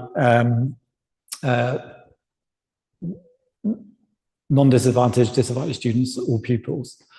And I think what kind of shocked me, I wasn't expecting there to be quite such a big difference between the attendance effect, the absence effect for disadvantaged students relative to non-disadvantaged students. I mean, the fact that it was virtually double really kind of, like, to be honest, it shocked me. Like, I mean, and when you're thinking about sort of, the reasons behind it, it starts to kind of make a bit more sense when, you sort of, when you think that the disadvantaged students don't have the benefits of, the kind of the home environment, the kind of, financial resources, in Brighton, they live further away from where the schools are, that kind of thing. And, the fact that, just getting into school just allows those students to actually kind of, begin to start to kind of, realize the sort of potential that they have. And that being the biggest lever, I think I found that kind of probably the most surprising, even though I knew it had an effect. I think just seeing the relative kind of size of that effect was very surprising. It did surprise me as well that disadvantaged students perform better in schools with higher levels of disadvantage. That was, I was surprised when that came out, because the whole kind of narrative in the city, and I sort of thought, well, you mix up students. I had Professor Gorard in the scrutiny committee and that kind of thing. There appeared to be sort of, a strong leaning towards that being the fact. And when it came out the other way, that was a big surprise to me. I wasn't expecting it. But then when you sort of think through, the sort of mechanisms, it started to sort of make a bit more sense. Yeah, thank you. Just a comment to follow up on that. Ellen Flint's work showed that people who were unemployed had better mental health if they lived in an area where there were more unemployed people. So there are findings like this, even though they seem counterintuitive. The expectations of people around you may support your own experience. Anyway, next question. Ooh. Hello, is that working? Maybe. I'm Chris, I'm a parent, and I emailed my counsellors to come along to this. They don't email me back anymore. But I am sitting next to a counsellor. I hate to hotspot you here, but I'd regret not asking. Obviously you've come to this talk. What are your thoughts on what's being said? I think you voted for the policy. So yeah, I don't know. Yeah, I'd be intrigued to hear your thoughts on it. Would you like to? Yeah, sure. Okay, thank you. Yeah, sure. Okay, is that better? Okay, so I'm not the only councillor here. There are two others here, and then we also have Kerry from the Greens here as well. So there are 4 councillors I can see in the room so far. So what are my views? I have lots of views on this. Me and Adam have talked over this at a lot of depth. What I'd say is I'd probably kind of point to what Adam is looking at in terms of the future and what, say, the council are doing at the moment. So they have set up an inequality review board or commission, depending on how you want to define it. So that has an independent chair, and hopefully Adam, as well as other people maybe from the PSG group, people from Class Divide, the equity group, anyone that's interested will be able to sit on that in terms of shaping that policy. And a good part of that will be education. So it's not just education, it's to do with health and everything else there. And as Adam showed in terms of the graphs, there's a big section there that we can't control as teachers. So I'm also a teacher, so this is also why I have an interest in it. So I would look at what we're doing kind of going forward. In terms of the voting, The way it works in terms of our Labour group is we have an internal vote. So we all sit around, we have an internal vote, and then the decision from that internal vote is how we vote as a group within the full council. So that's how we do things. So we discuss things. So me and Jacob may have a robust conversation, or likewise maybe with Liz or Teresa, we'll have that kind of conversation internally, but we vote on as a group, and that's effectively how we do the politics within the Labour group. I know the Green group do it slightly differently in terms of how they do their things. Does that help? Yeah. Okay. All right. Do you want to comment, Adam? Yeah, well, I could comment in, it is a bit disappointing that there aren't more councillors here tonight. I invited all of them. And I know Class Divide got in contact with them as well this morning. So I was hoping that there might be a few more people in the room. I mean, I think if we sort of take this back to the sort of policy, I mean, I think one of the things that, sort of putting my sort of parental hat on, I think one of the things that was frustrating was that the policy as it stands is quite, potentially quite disruptive to a lot of students in the city. And I think, I think what everyone, this is probably one of the more progressive cities in the entire country in terms of like, the fight is always between either Green or Labour, right? Tories don't get a look in. It's a progressive city. It's a city that is kind of, has kind of social welfare, sort of in its kind of DNA. But I think the way that the policy was developed and sort of put forward, that there was a lot of disquiet around the sort of levels of disruption that potentially could be caused with, up to levels of 20 or 30% students being sort of coming into catchments and displacing other students out of catchments. There's a lot of churn, a lot of kids needing to travel around the city. So, if you're introducing a policy that does something that's that disruptive, you've really got to have some very good reasons for doing it. And, the benefits need to be very clear. And I think if you don't have clear benefits when you're implementing a policy that's going to be causing so much kind of angst amongst parents, so much kind of spatial kind of, disruption amongst students, then you've really got to have a very good reason for doing it. And as far as I can see, the evidence for kind of, for attainment, at least, to be generous is weak. It's very thin. Okay. So if improving attainment is what you want to do, and that's what, I sat in a meeting room with Jacob Taylor and said, what are you trying to do? And he said, I want to improve attainment. I was like, okay. So that was the ambition at one point. I know that the goalposts moved and stuff during the kind of consultation, because policy is a tricky thing, right? It's like, as academics, I think we like to look at things, in quite sort of, what's the word? We like to sort of, balance things, and we like to sort of find what is, based on the evidence, the best solution. Policy, I've learned, doesn't always work that way. And sometimes if you have an idea that you want to kind of implement, and maybe the data doesn't support that idea, that can really start to kind of cause friction and problems, and people get upset. And people, if you invest a lot of time and energy into building a policy, and some smart ass professor comes along and says, well, that's not going to do anything, then of course you're going to get upset, right? It hits at your kind of sense of self, it hits at your kind of your pride, it hits at your kind of whatever future ambitions you might have as a politician. So you want to make sure that you come out on top in that argument. And I think that's where a lot of the kind of friction occurred in the city.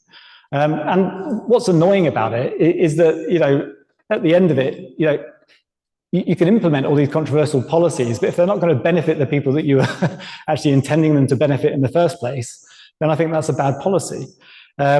Yes, there is still some evaluation to take place, and there's kind of, I know there's people looking at sort of, the impact of the FSM policy and, all of these sorts of things. But, I would say that, from the analysis that I've done, my kind of prediction is that, I don't think that those policies are going to necessarily improve the the attainment outcomes of disadvantaged students in the city from the evidence of, the 4 years of data and the, thousands of schools across England. If something different happens, then, like any academic, I'm always prepared to kind of, eat my hat if something different happens. But I think, you've got to balance your evidence, and I think the evidence is pointing in a different direction at the moment. But there is a really clear, in Brighton, there's a really clear thing that the city can do to make things better that doesn't have so much disruption, that actually could really improve things for disadvantaged students in the city. And I think that needs to be focused on. One of the things that, thinking about this from a university point of view, so I take on university admissions, and different universities have different policies about how they support students from low-income backgrounds to gain access to universities. And one of them is based on which school they attended. So if you actually send someone from a low-income background to a school that has a high rate of students going to university, they may not be able to access a reduced offer, depending on what policy the university use. So my children went to the same school, and between the time they both attended, the school was no longer in a low-performing area and a low-performing school. And one of my elder child was one of the reasons that happened. But I have friends in my neighbourhood. I live in East London. Their children, some of them still count as being from deprived communities. It can be very geographically local, but schools are very spatial, and school is a unit that universities look at. So just moving children into notionally better schools. I went to a very deprived school, very deprived area, and was the only person to go to university for my year at school. So I have personal experience of this. But just simply moving schools wouldn't have been an option for me. I had an option to go to the local private school, and I turned it down because I didn't know anyone there. There is more to school attendance than just the performance of the school. Next. Hi, can you all hear me? I'm Councillor Liz Lochran, Labour councillor, and I just want to say that as Preston Park councillor, we have to acknowledge that the proposal for the policy is very contentious. It upset a lot of residents. They were concerned about possible displacement of their children, some 7 kilometres away from where they live, if their child got selected to be moved. And I felt that the evolution of the policy in the end gave us a much fairer result than what we started out from. And that was as a result of public participation from parents actively engaging in all the issues. So I do want to thank those parents, governors' bodies, schools who all participated, and all parties contributed. Secondly, I want to say that from a councillor point of view, we not only look at education policy, but we have to look at the terms of reference for decision making, which address the public sector equality duty. And a part of that, as well as looking at the position from an equality perspective from the pupil, is looking at how these equality policies impact upon fostering on good relations between communities. And so another concern I had was about this feeling that the policy was veering towards pitching, one catchment area against another in terms of choice, which councillors endeavoured to address. I think that's part addressed, and I think we could go further in making sure that all pupils across our city have a choice of 2 schools. And I'm pleased to say that, as a result of all the feedback that we've had, we have formed this Education and Equalities group to do follow-up of the policy. And again, we would ask all of you to engage in that discussion so that we can not only use the technical data that Adam is so able to produce, but also have a translation of it in terms of the qualitative data about your experience being a parent or a member of staff or a member of a governing body about how the school is functioning, how we are addressing attainment, whether there are any issues around discrimination that are to be discussed between councillors that you wish to bring to our attention. Thanks very much for listening. Thank you. Comment rather than a question. Yeah. So we have one there, then there, then there. Adam, hi. So I'm James. I'm Chair of Governors at Blatchington Mill. So thank you very much for a really thought-provoking and fascinating presentation. I think as a chair and talking to many other boards, and I know for head teachers across the city, the one thing that I'm really concerned about and the point that you have made is attendance. And as welcome as an inequalities board is, I can tell you that as a chair, I've written several times over several months to the leadership asking for what is the strategic response as a city, as a local authority to attendance. That is what I and others in my position are waiting for.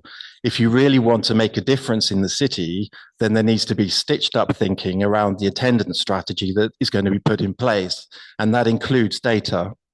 And one of my requests to the local authority was for better quality data, for better quality data insights, for better quality data analysis. As a local education authority, that's one of the advantages that you have. And I don't know that we have enough time for an inequalities board to grapple with that topic. The local authority has the expertise, and so it should be looking at that as a matter of urgency. And I'm waiting for the assurance from the local authority that that is what it's doing. So that is a request directly to those who are in a position to make that difference. Thank you.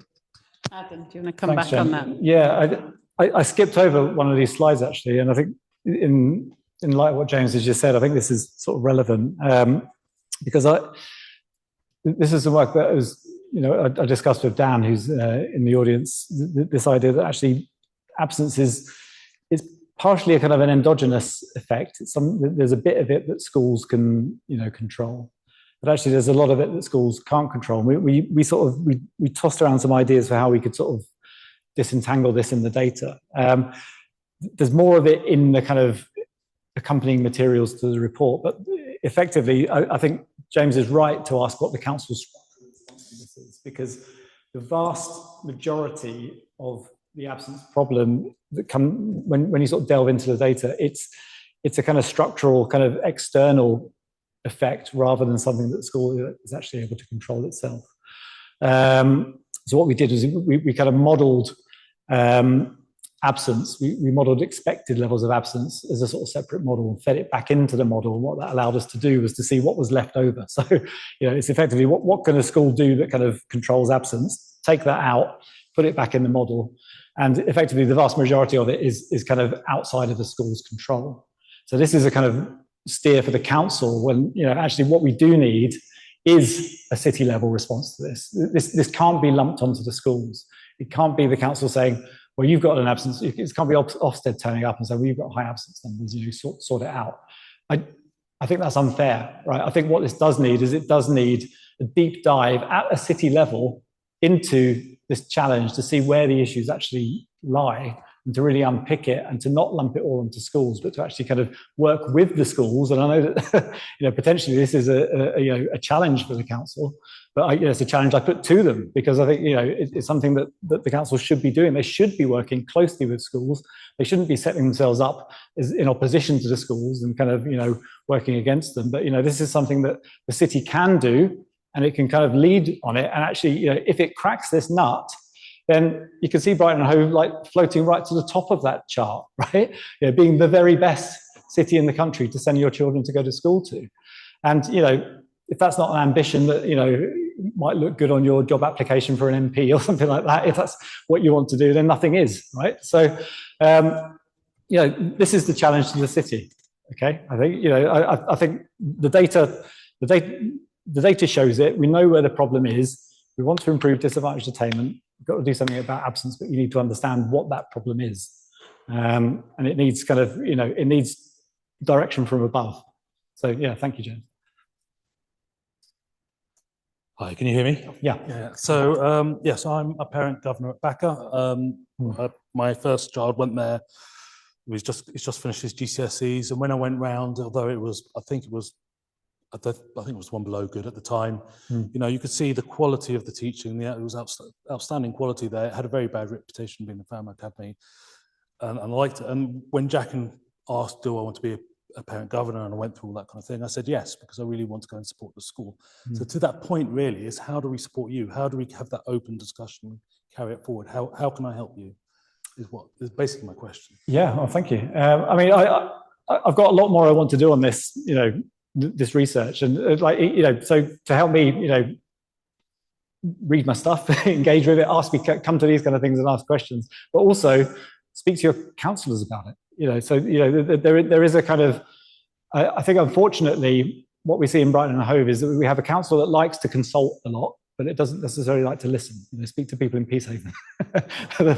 They will probably give you a view on that.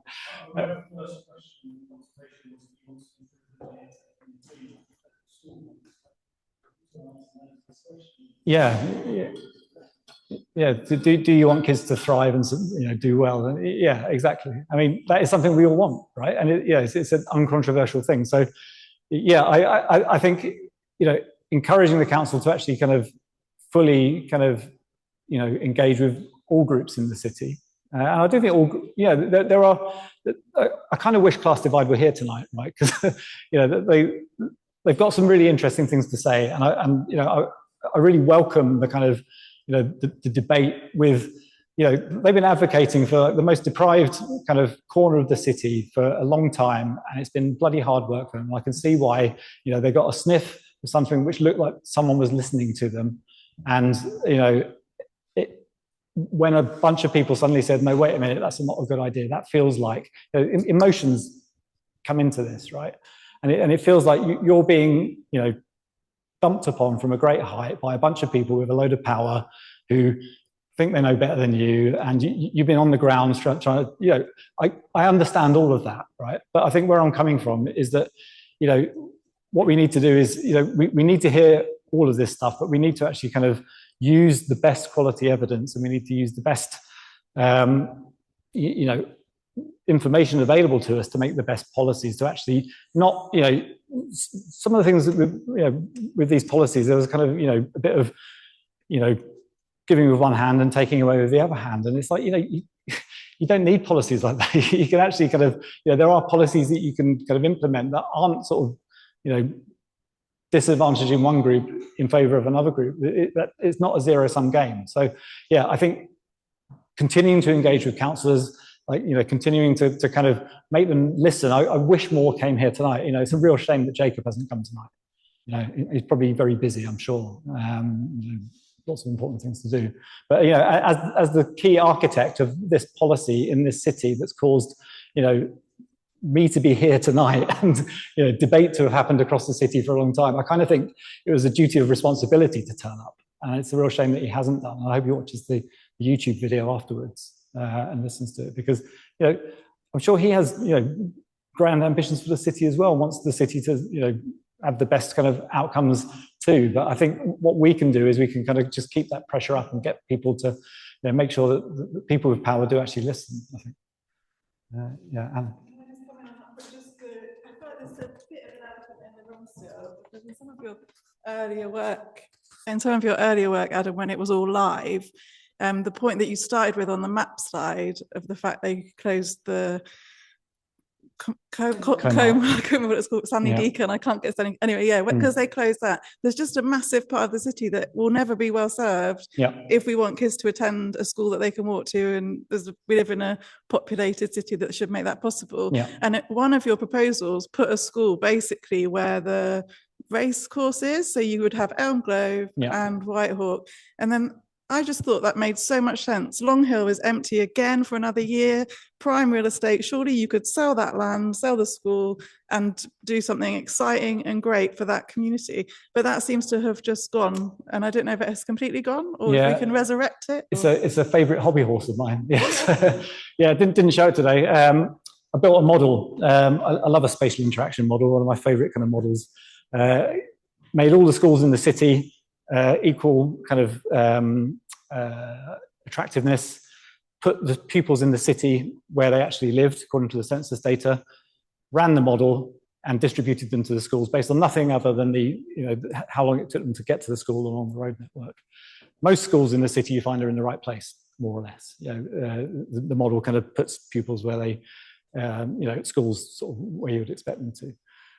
The big outlier was Long Hill, which sort of had half the number of students in it, and based on just purely on where it was. There's nothing about how good it was, anything like that. It was the same as any of the other schools. So for me, these models have been used for ages in my discipline. They use them to kind of locate Tesco stores in the best locations for customers and that sort of stuff. But it's a really strong, indication that there's been a demographic shift in the city. Long Hill was built in the 60s. In fact, where's B? B, your mum went to Long Hill, didn't she? Yeah, B's mum went to Long Hill. So yeah, a long time ago, there were families and kind of children that lived out in that part of the city. They still do a little bit, but when you look at the census data, there's been a decline in students in that part of the city. In the model, nice way about models is you can sort of do anything you want. I clicked the school up and I moved it over to the top of Elm Grove, where the racecourse is, at Dobby's Garden Centre. That kind of location, or the old hospital. That's a school was proposed to be built there a few years ago.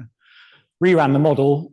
That school suddenly becomes the most popular school in the city based on where the students live. So, I think there's a strong geographic argument to reduce Long Hill in terms of its size, move it to a more suitable location in terms of where the kids actually live in the city.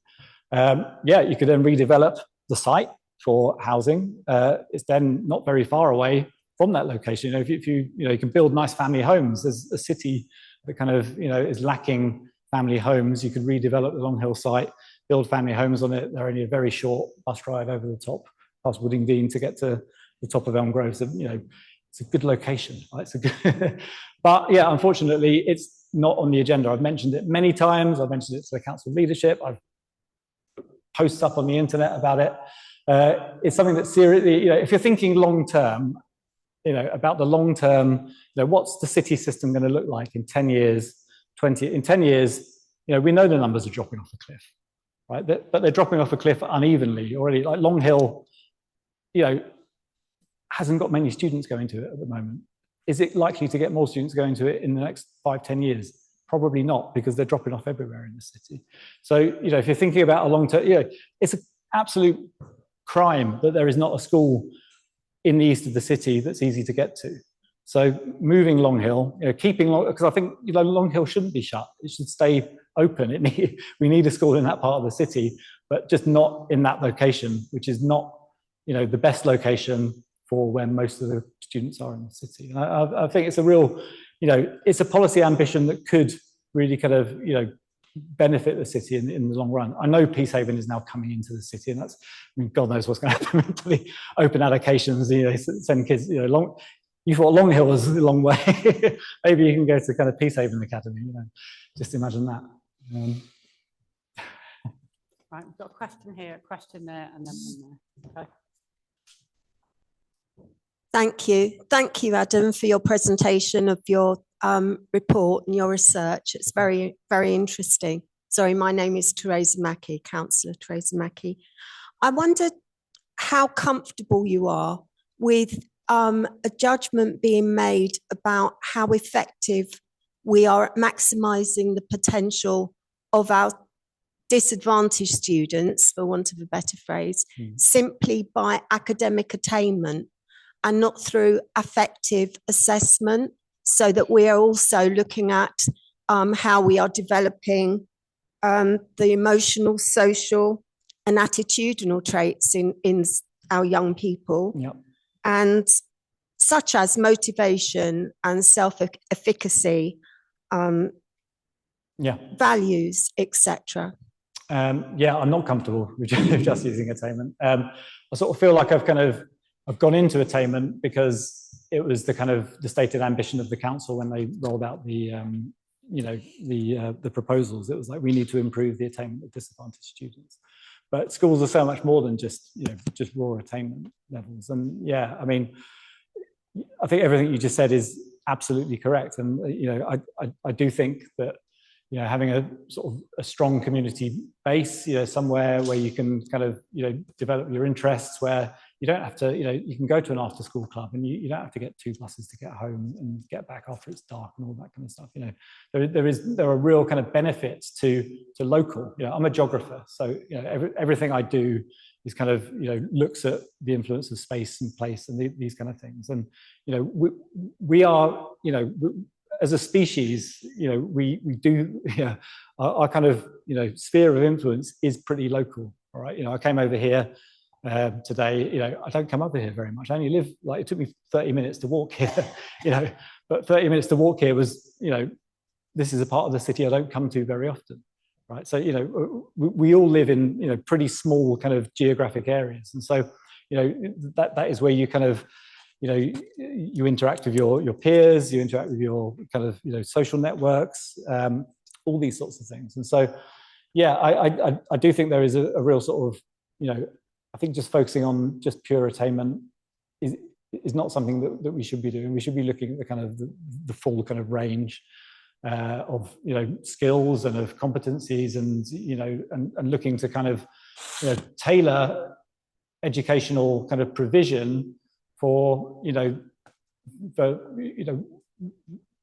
what people need and what people want, and not just focusing on GCSE schools and things like that. So there is so much more to it than that. Yeah, hi. So you quite heavily criticized the 2024 consultation. Mm-hmm. I think Person behind me pointed out some methodological issues with that as well. But just wanted to ask kind of why you think that was biased. Was it kind of prevailing factors at the time? Or is it kind of political interest? Is this a common issue in policymaking? And if we were to start some sort of investigation into absence, how would you avoid that in future? Yeah, good question. Why did I think it was biased? Well, I don't think I was going as far as to say it was biased, but I think there were interesting kind of things around the way in which the kind of inputs to the consultation were used by the council. So there was a pre-engagement phase, which was sort of something the council didn't need to do. They kind of went out sort of before the kind of statutory consultation and said, we've got some ideas. What do you think about them? And there was a pretty strong response to that. And that's where I put the quote earlier on about, people had a strong kind of preference for not redistributing students, but kind of, improving schools and that sort of thing. So, and the council published the kind of the summary of, I think there were 2,000 of responses at that point, I think. And if you'd read the responses and thought, well, okay, so what's going to happen is that the council will look at the responses and then kind of maybe amend the proposals in line with the feedback that's come back. What then arrived on the table bore no resemblance to what people were kind of saying, and there was there were some arguments in the city to say, well, actually, well, the people that responded were people with more time and more kind of education and more kind of inclination to respond, and so therefore the responses to the survey were biased. And so I think the response from the council was that we're going to listen to sort of some of the underrepresented voices from the other part of the city and kind of bring those in. But the challenge when you're doing that is that you're effectively saying, well, I've asked you what you thought, but I don't really want to listen to it, which is fine because councils don't have to listen. But then there's the problem of, well, if you go through the process, people think that, if someone's asked you a question and they're asking for your answer, and then when you give it to them, they ignore it, that starts to kind of grate a little bit. And you start to think, well, actually, I've spent all this time and effort giving you a considered response. What was the other part of the question? Why do you think it happened?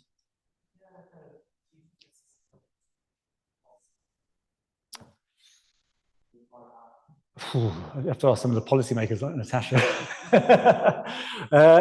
I don't know if it's pervasive, but it certainly appears to be a characteristic. So I noticed that Brighton and Hove City Council does a lot of consultations. So there's one on the King Alfred Leisure Centre at the moment. There was one on the kind of Peacehaven thing. Do you want to sort of be part of Brighton and Hove? The development plan, yeah. I'm yet to see.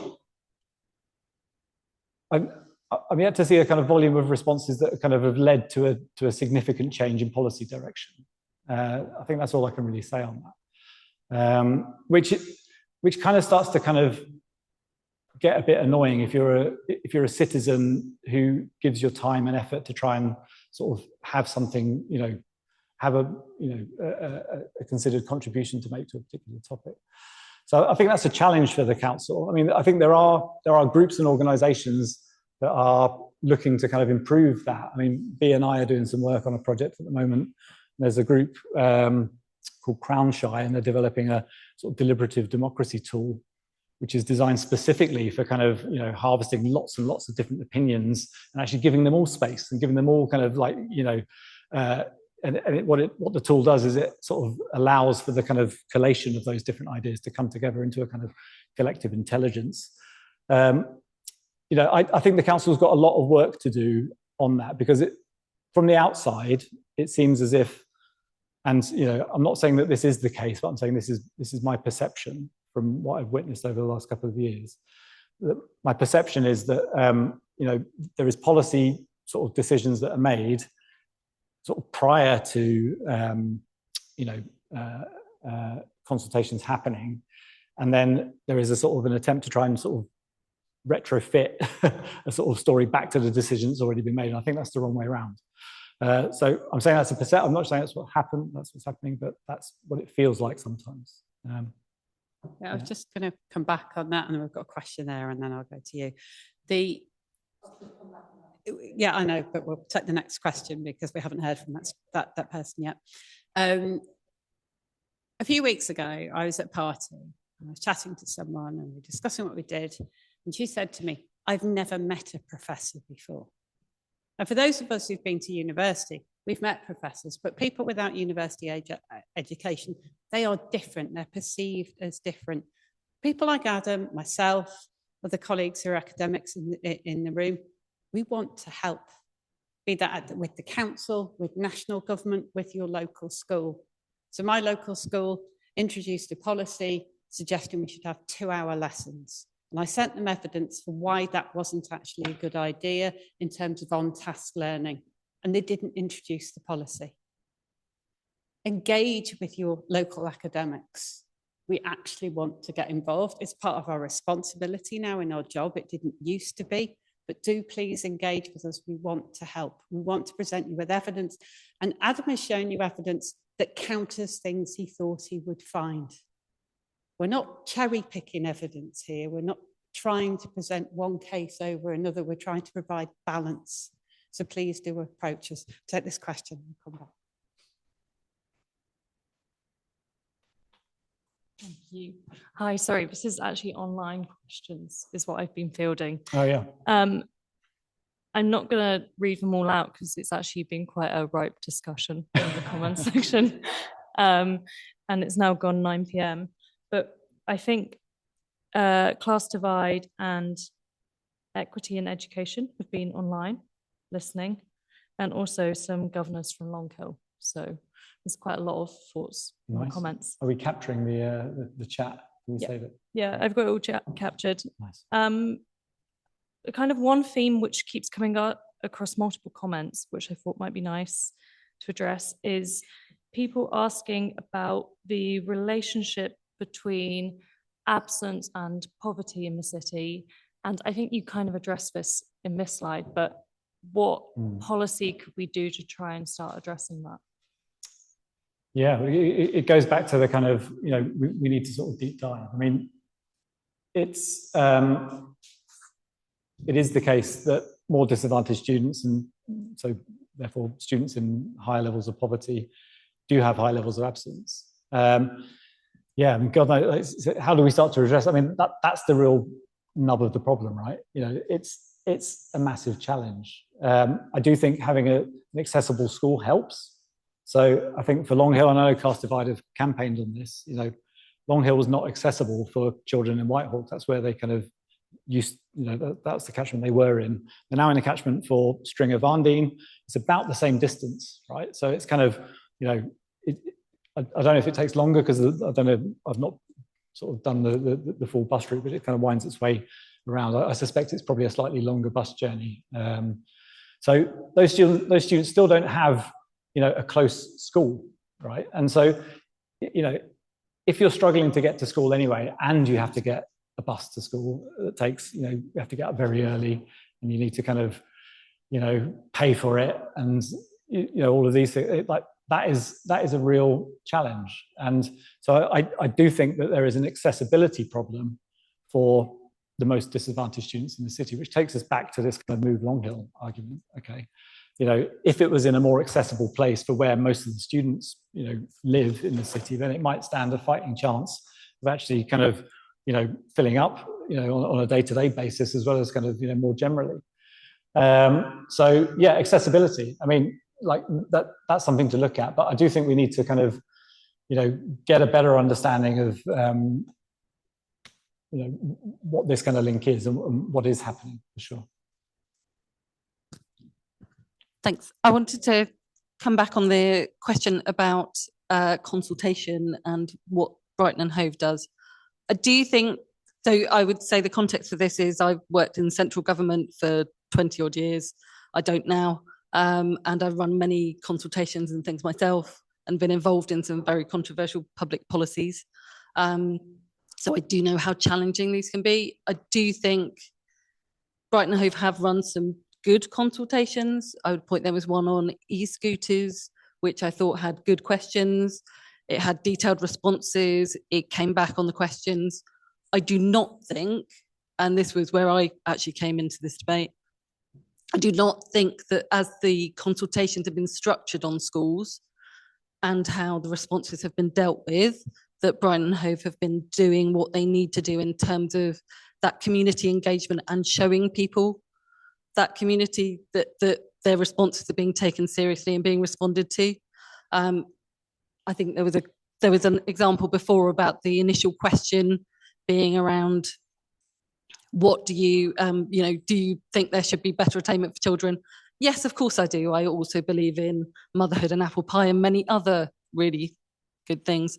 Other questions later on in the consultation just asked a question in terms of, do you think there should be more choice, and didn't point out any of the potential negative impacts. So I think if you're going to run a public consultation, you've got to give people the appropriate information for them to be able to make a judgment and respond to it. And then when people have responded, you need to publish all of the available information off the back of that. I have seen quite a few, including some of this one where, the consultation response summaries didn't even tell you what questions were originally asked and didn't give you a full evaluation of what the impact of that was, and didn't then go through what the response to that was. And that's where I think, like the e-scooter one was actually really good on that, but others haven't been. And I think that's where you get communities feeling, or stakeholders feeling disenchanted and like their voices aren't heard, because they go, I wrote this down, I made the effort to make this comment, and all I'm getting back is a skewed version of what they said, or a cherry-picked version. I mean, when I worked in central government, we sometimes called it policy-based evidence making. It felt on this like that was where we were on some bits. The decision had been made in terms of the direction of travel, and it was just looking for things that confirmed that, rather than really being open to what the challenges are and how you do it.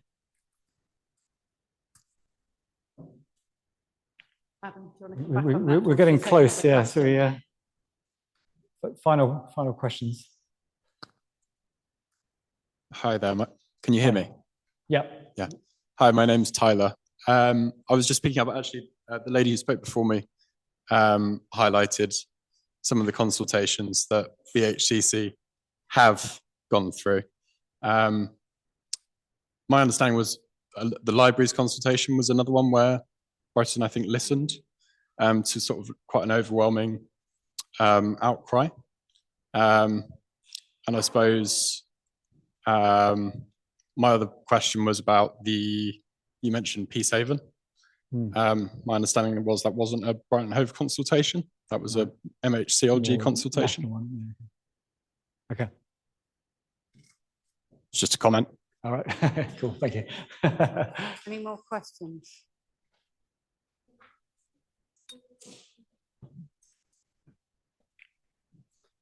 Can you frame it as a question? You're eating into pub time now, Liz. Can you frame it as a quick one. question to the speaker, please? Thank you. I was a school governor in London, and I think there's a lot of available data to you, potentially, from London councils about the real causes for absenteeism in schools. Myself, I form the view that it's all linked to poverty and deprivation, but you do need support staff in each school to go and find out what the reasons are attached to that individual child. So it comes down to money. Thank you. Well, I think we'll wrap up now. So, well, I mean, thank you all for coming. I mean, it's a real privilege actually to sort of get to speak to people in the city. I'm very often speaking to students who are sort of falling asleep on the front row, things like that. So well done for staying awake, because I did wang on a bit. So, so thank you for that. We're, as is traditional after sort of most of these kind of events, there will be informal chat now, I guess. So we'll probably decamp. I think we've booked a table at the White Horses in Rottingdean.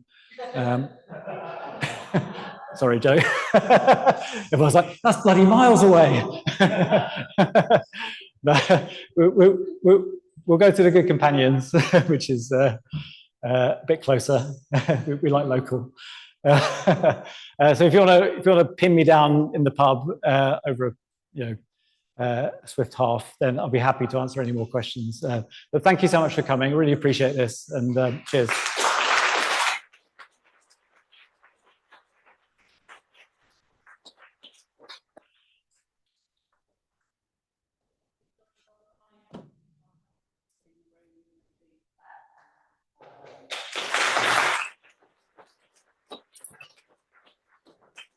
Yeah, thank you to Mark Monaghan, who's one of the deputy heads here at BASVIC, who's been all over the tech. And thank you very much, Mark. Cheers.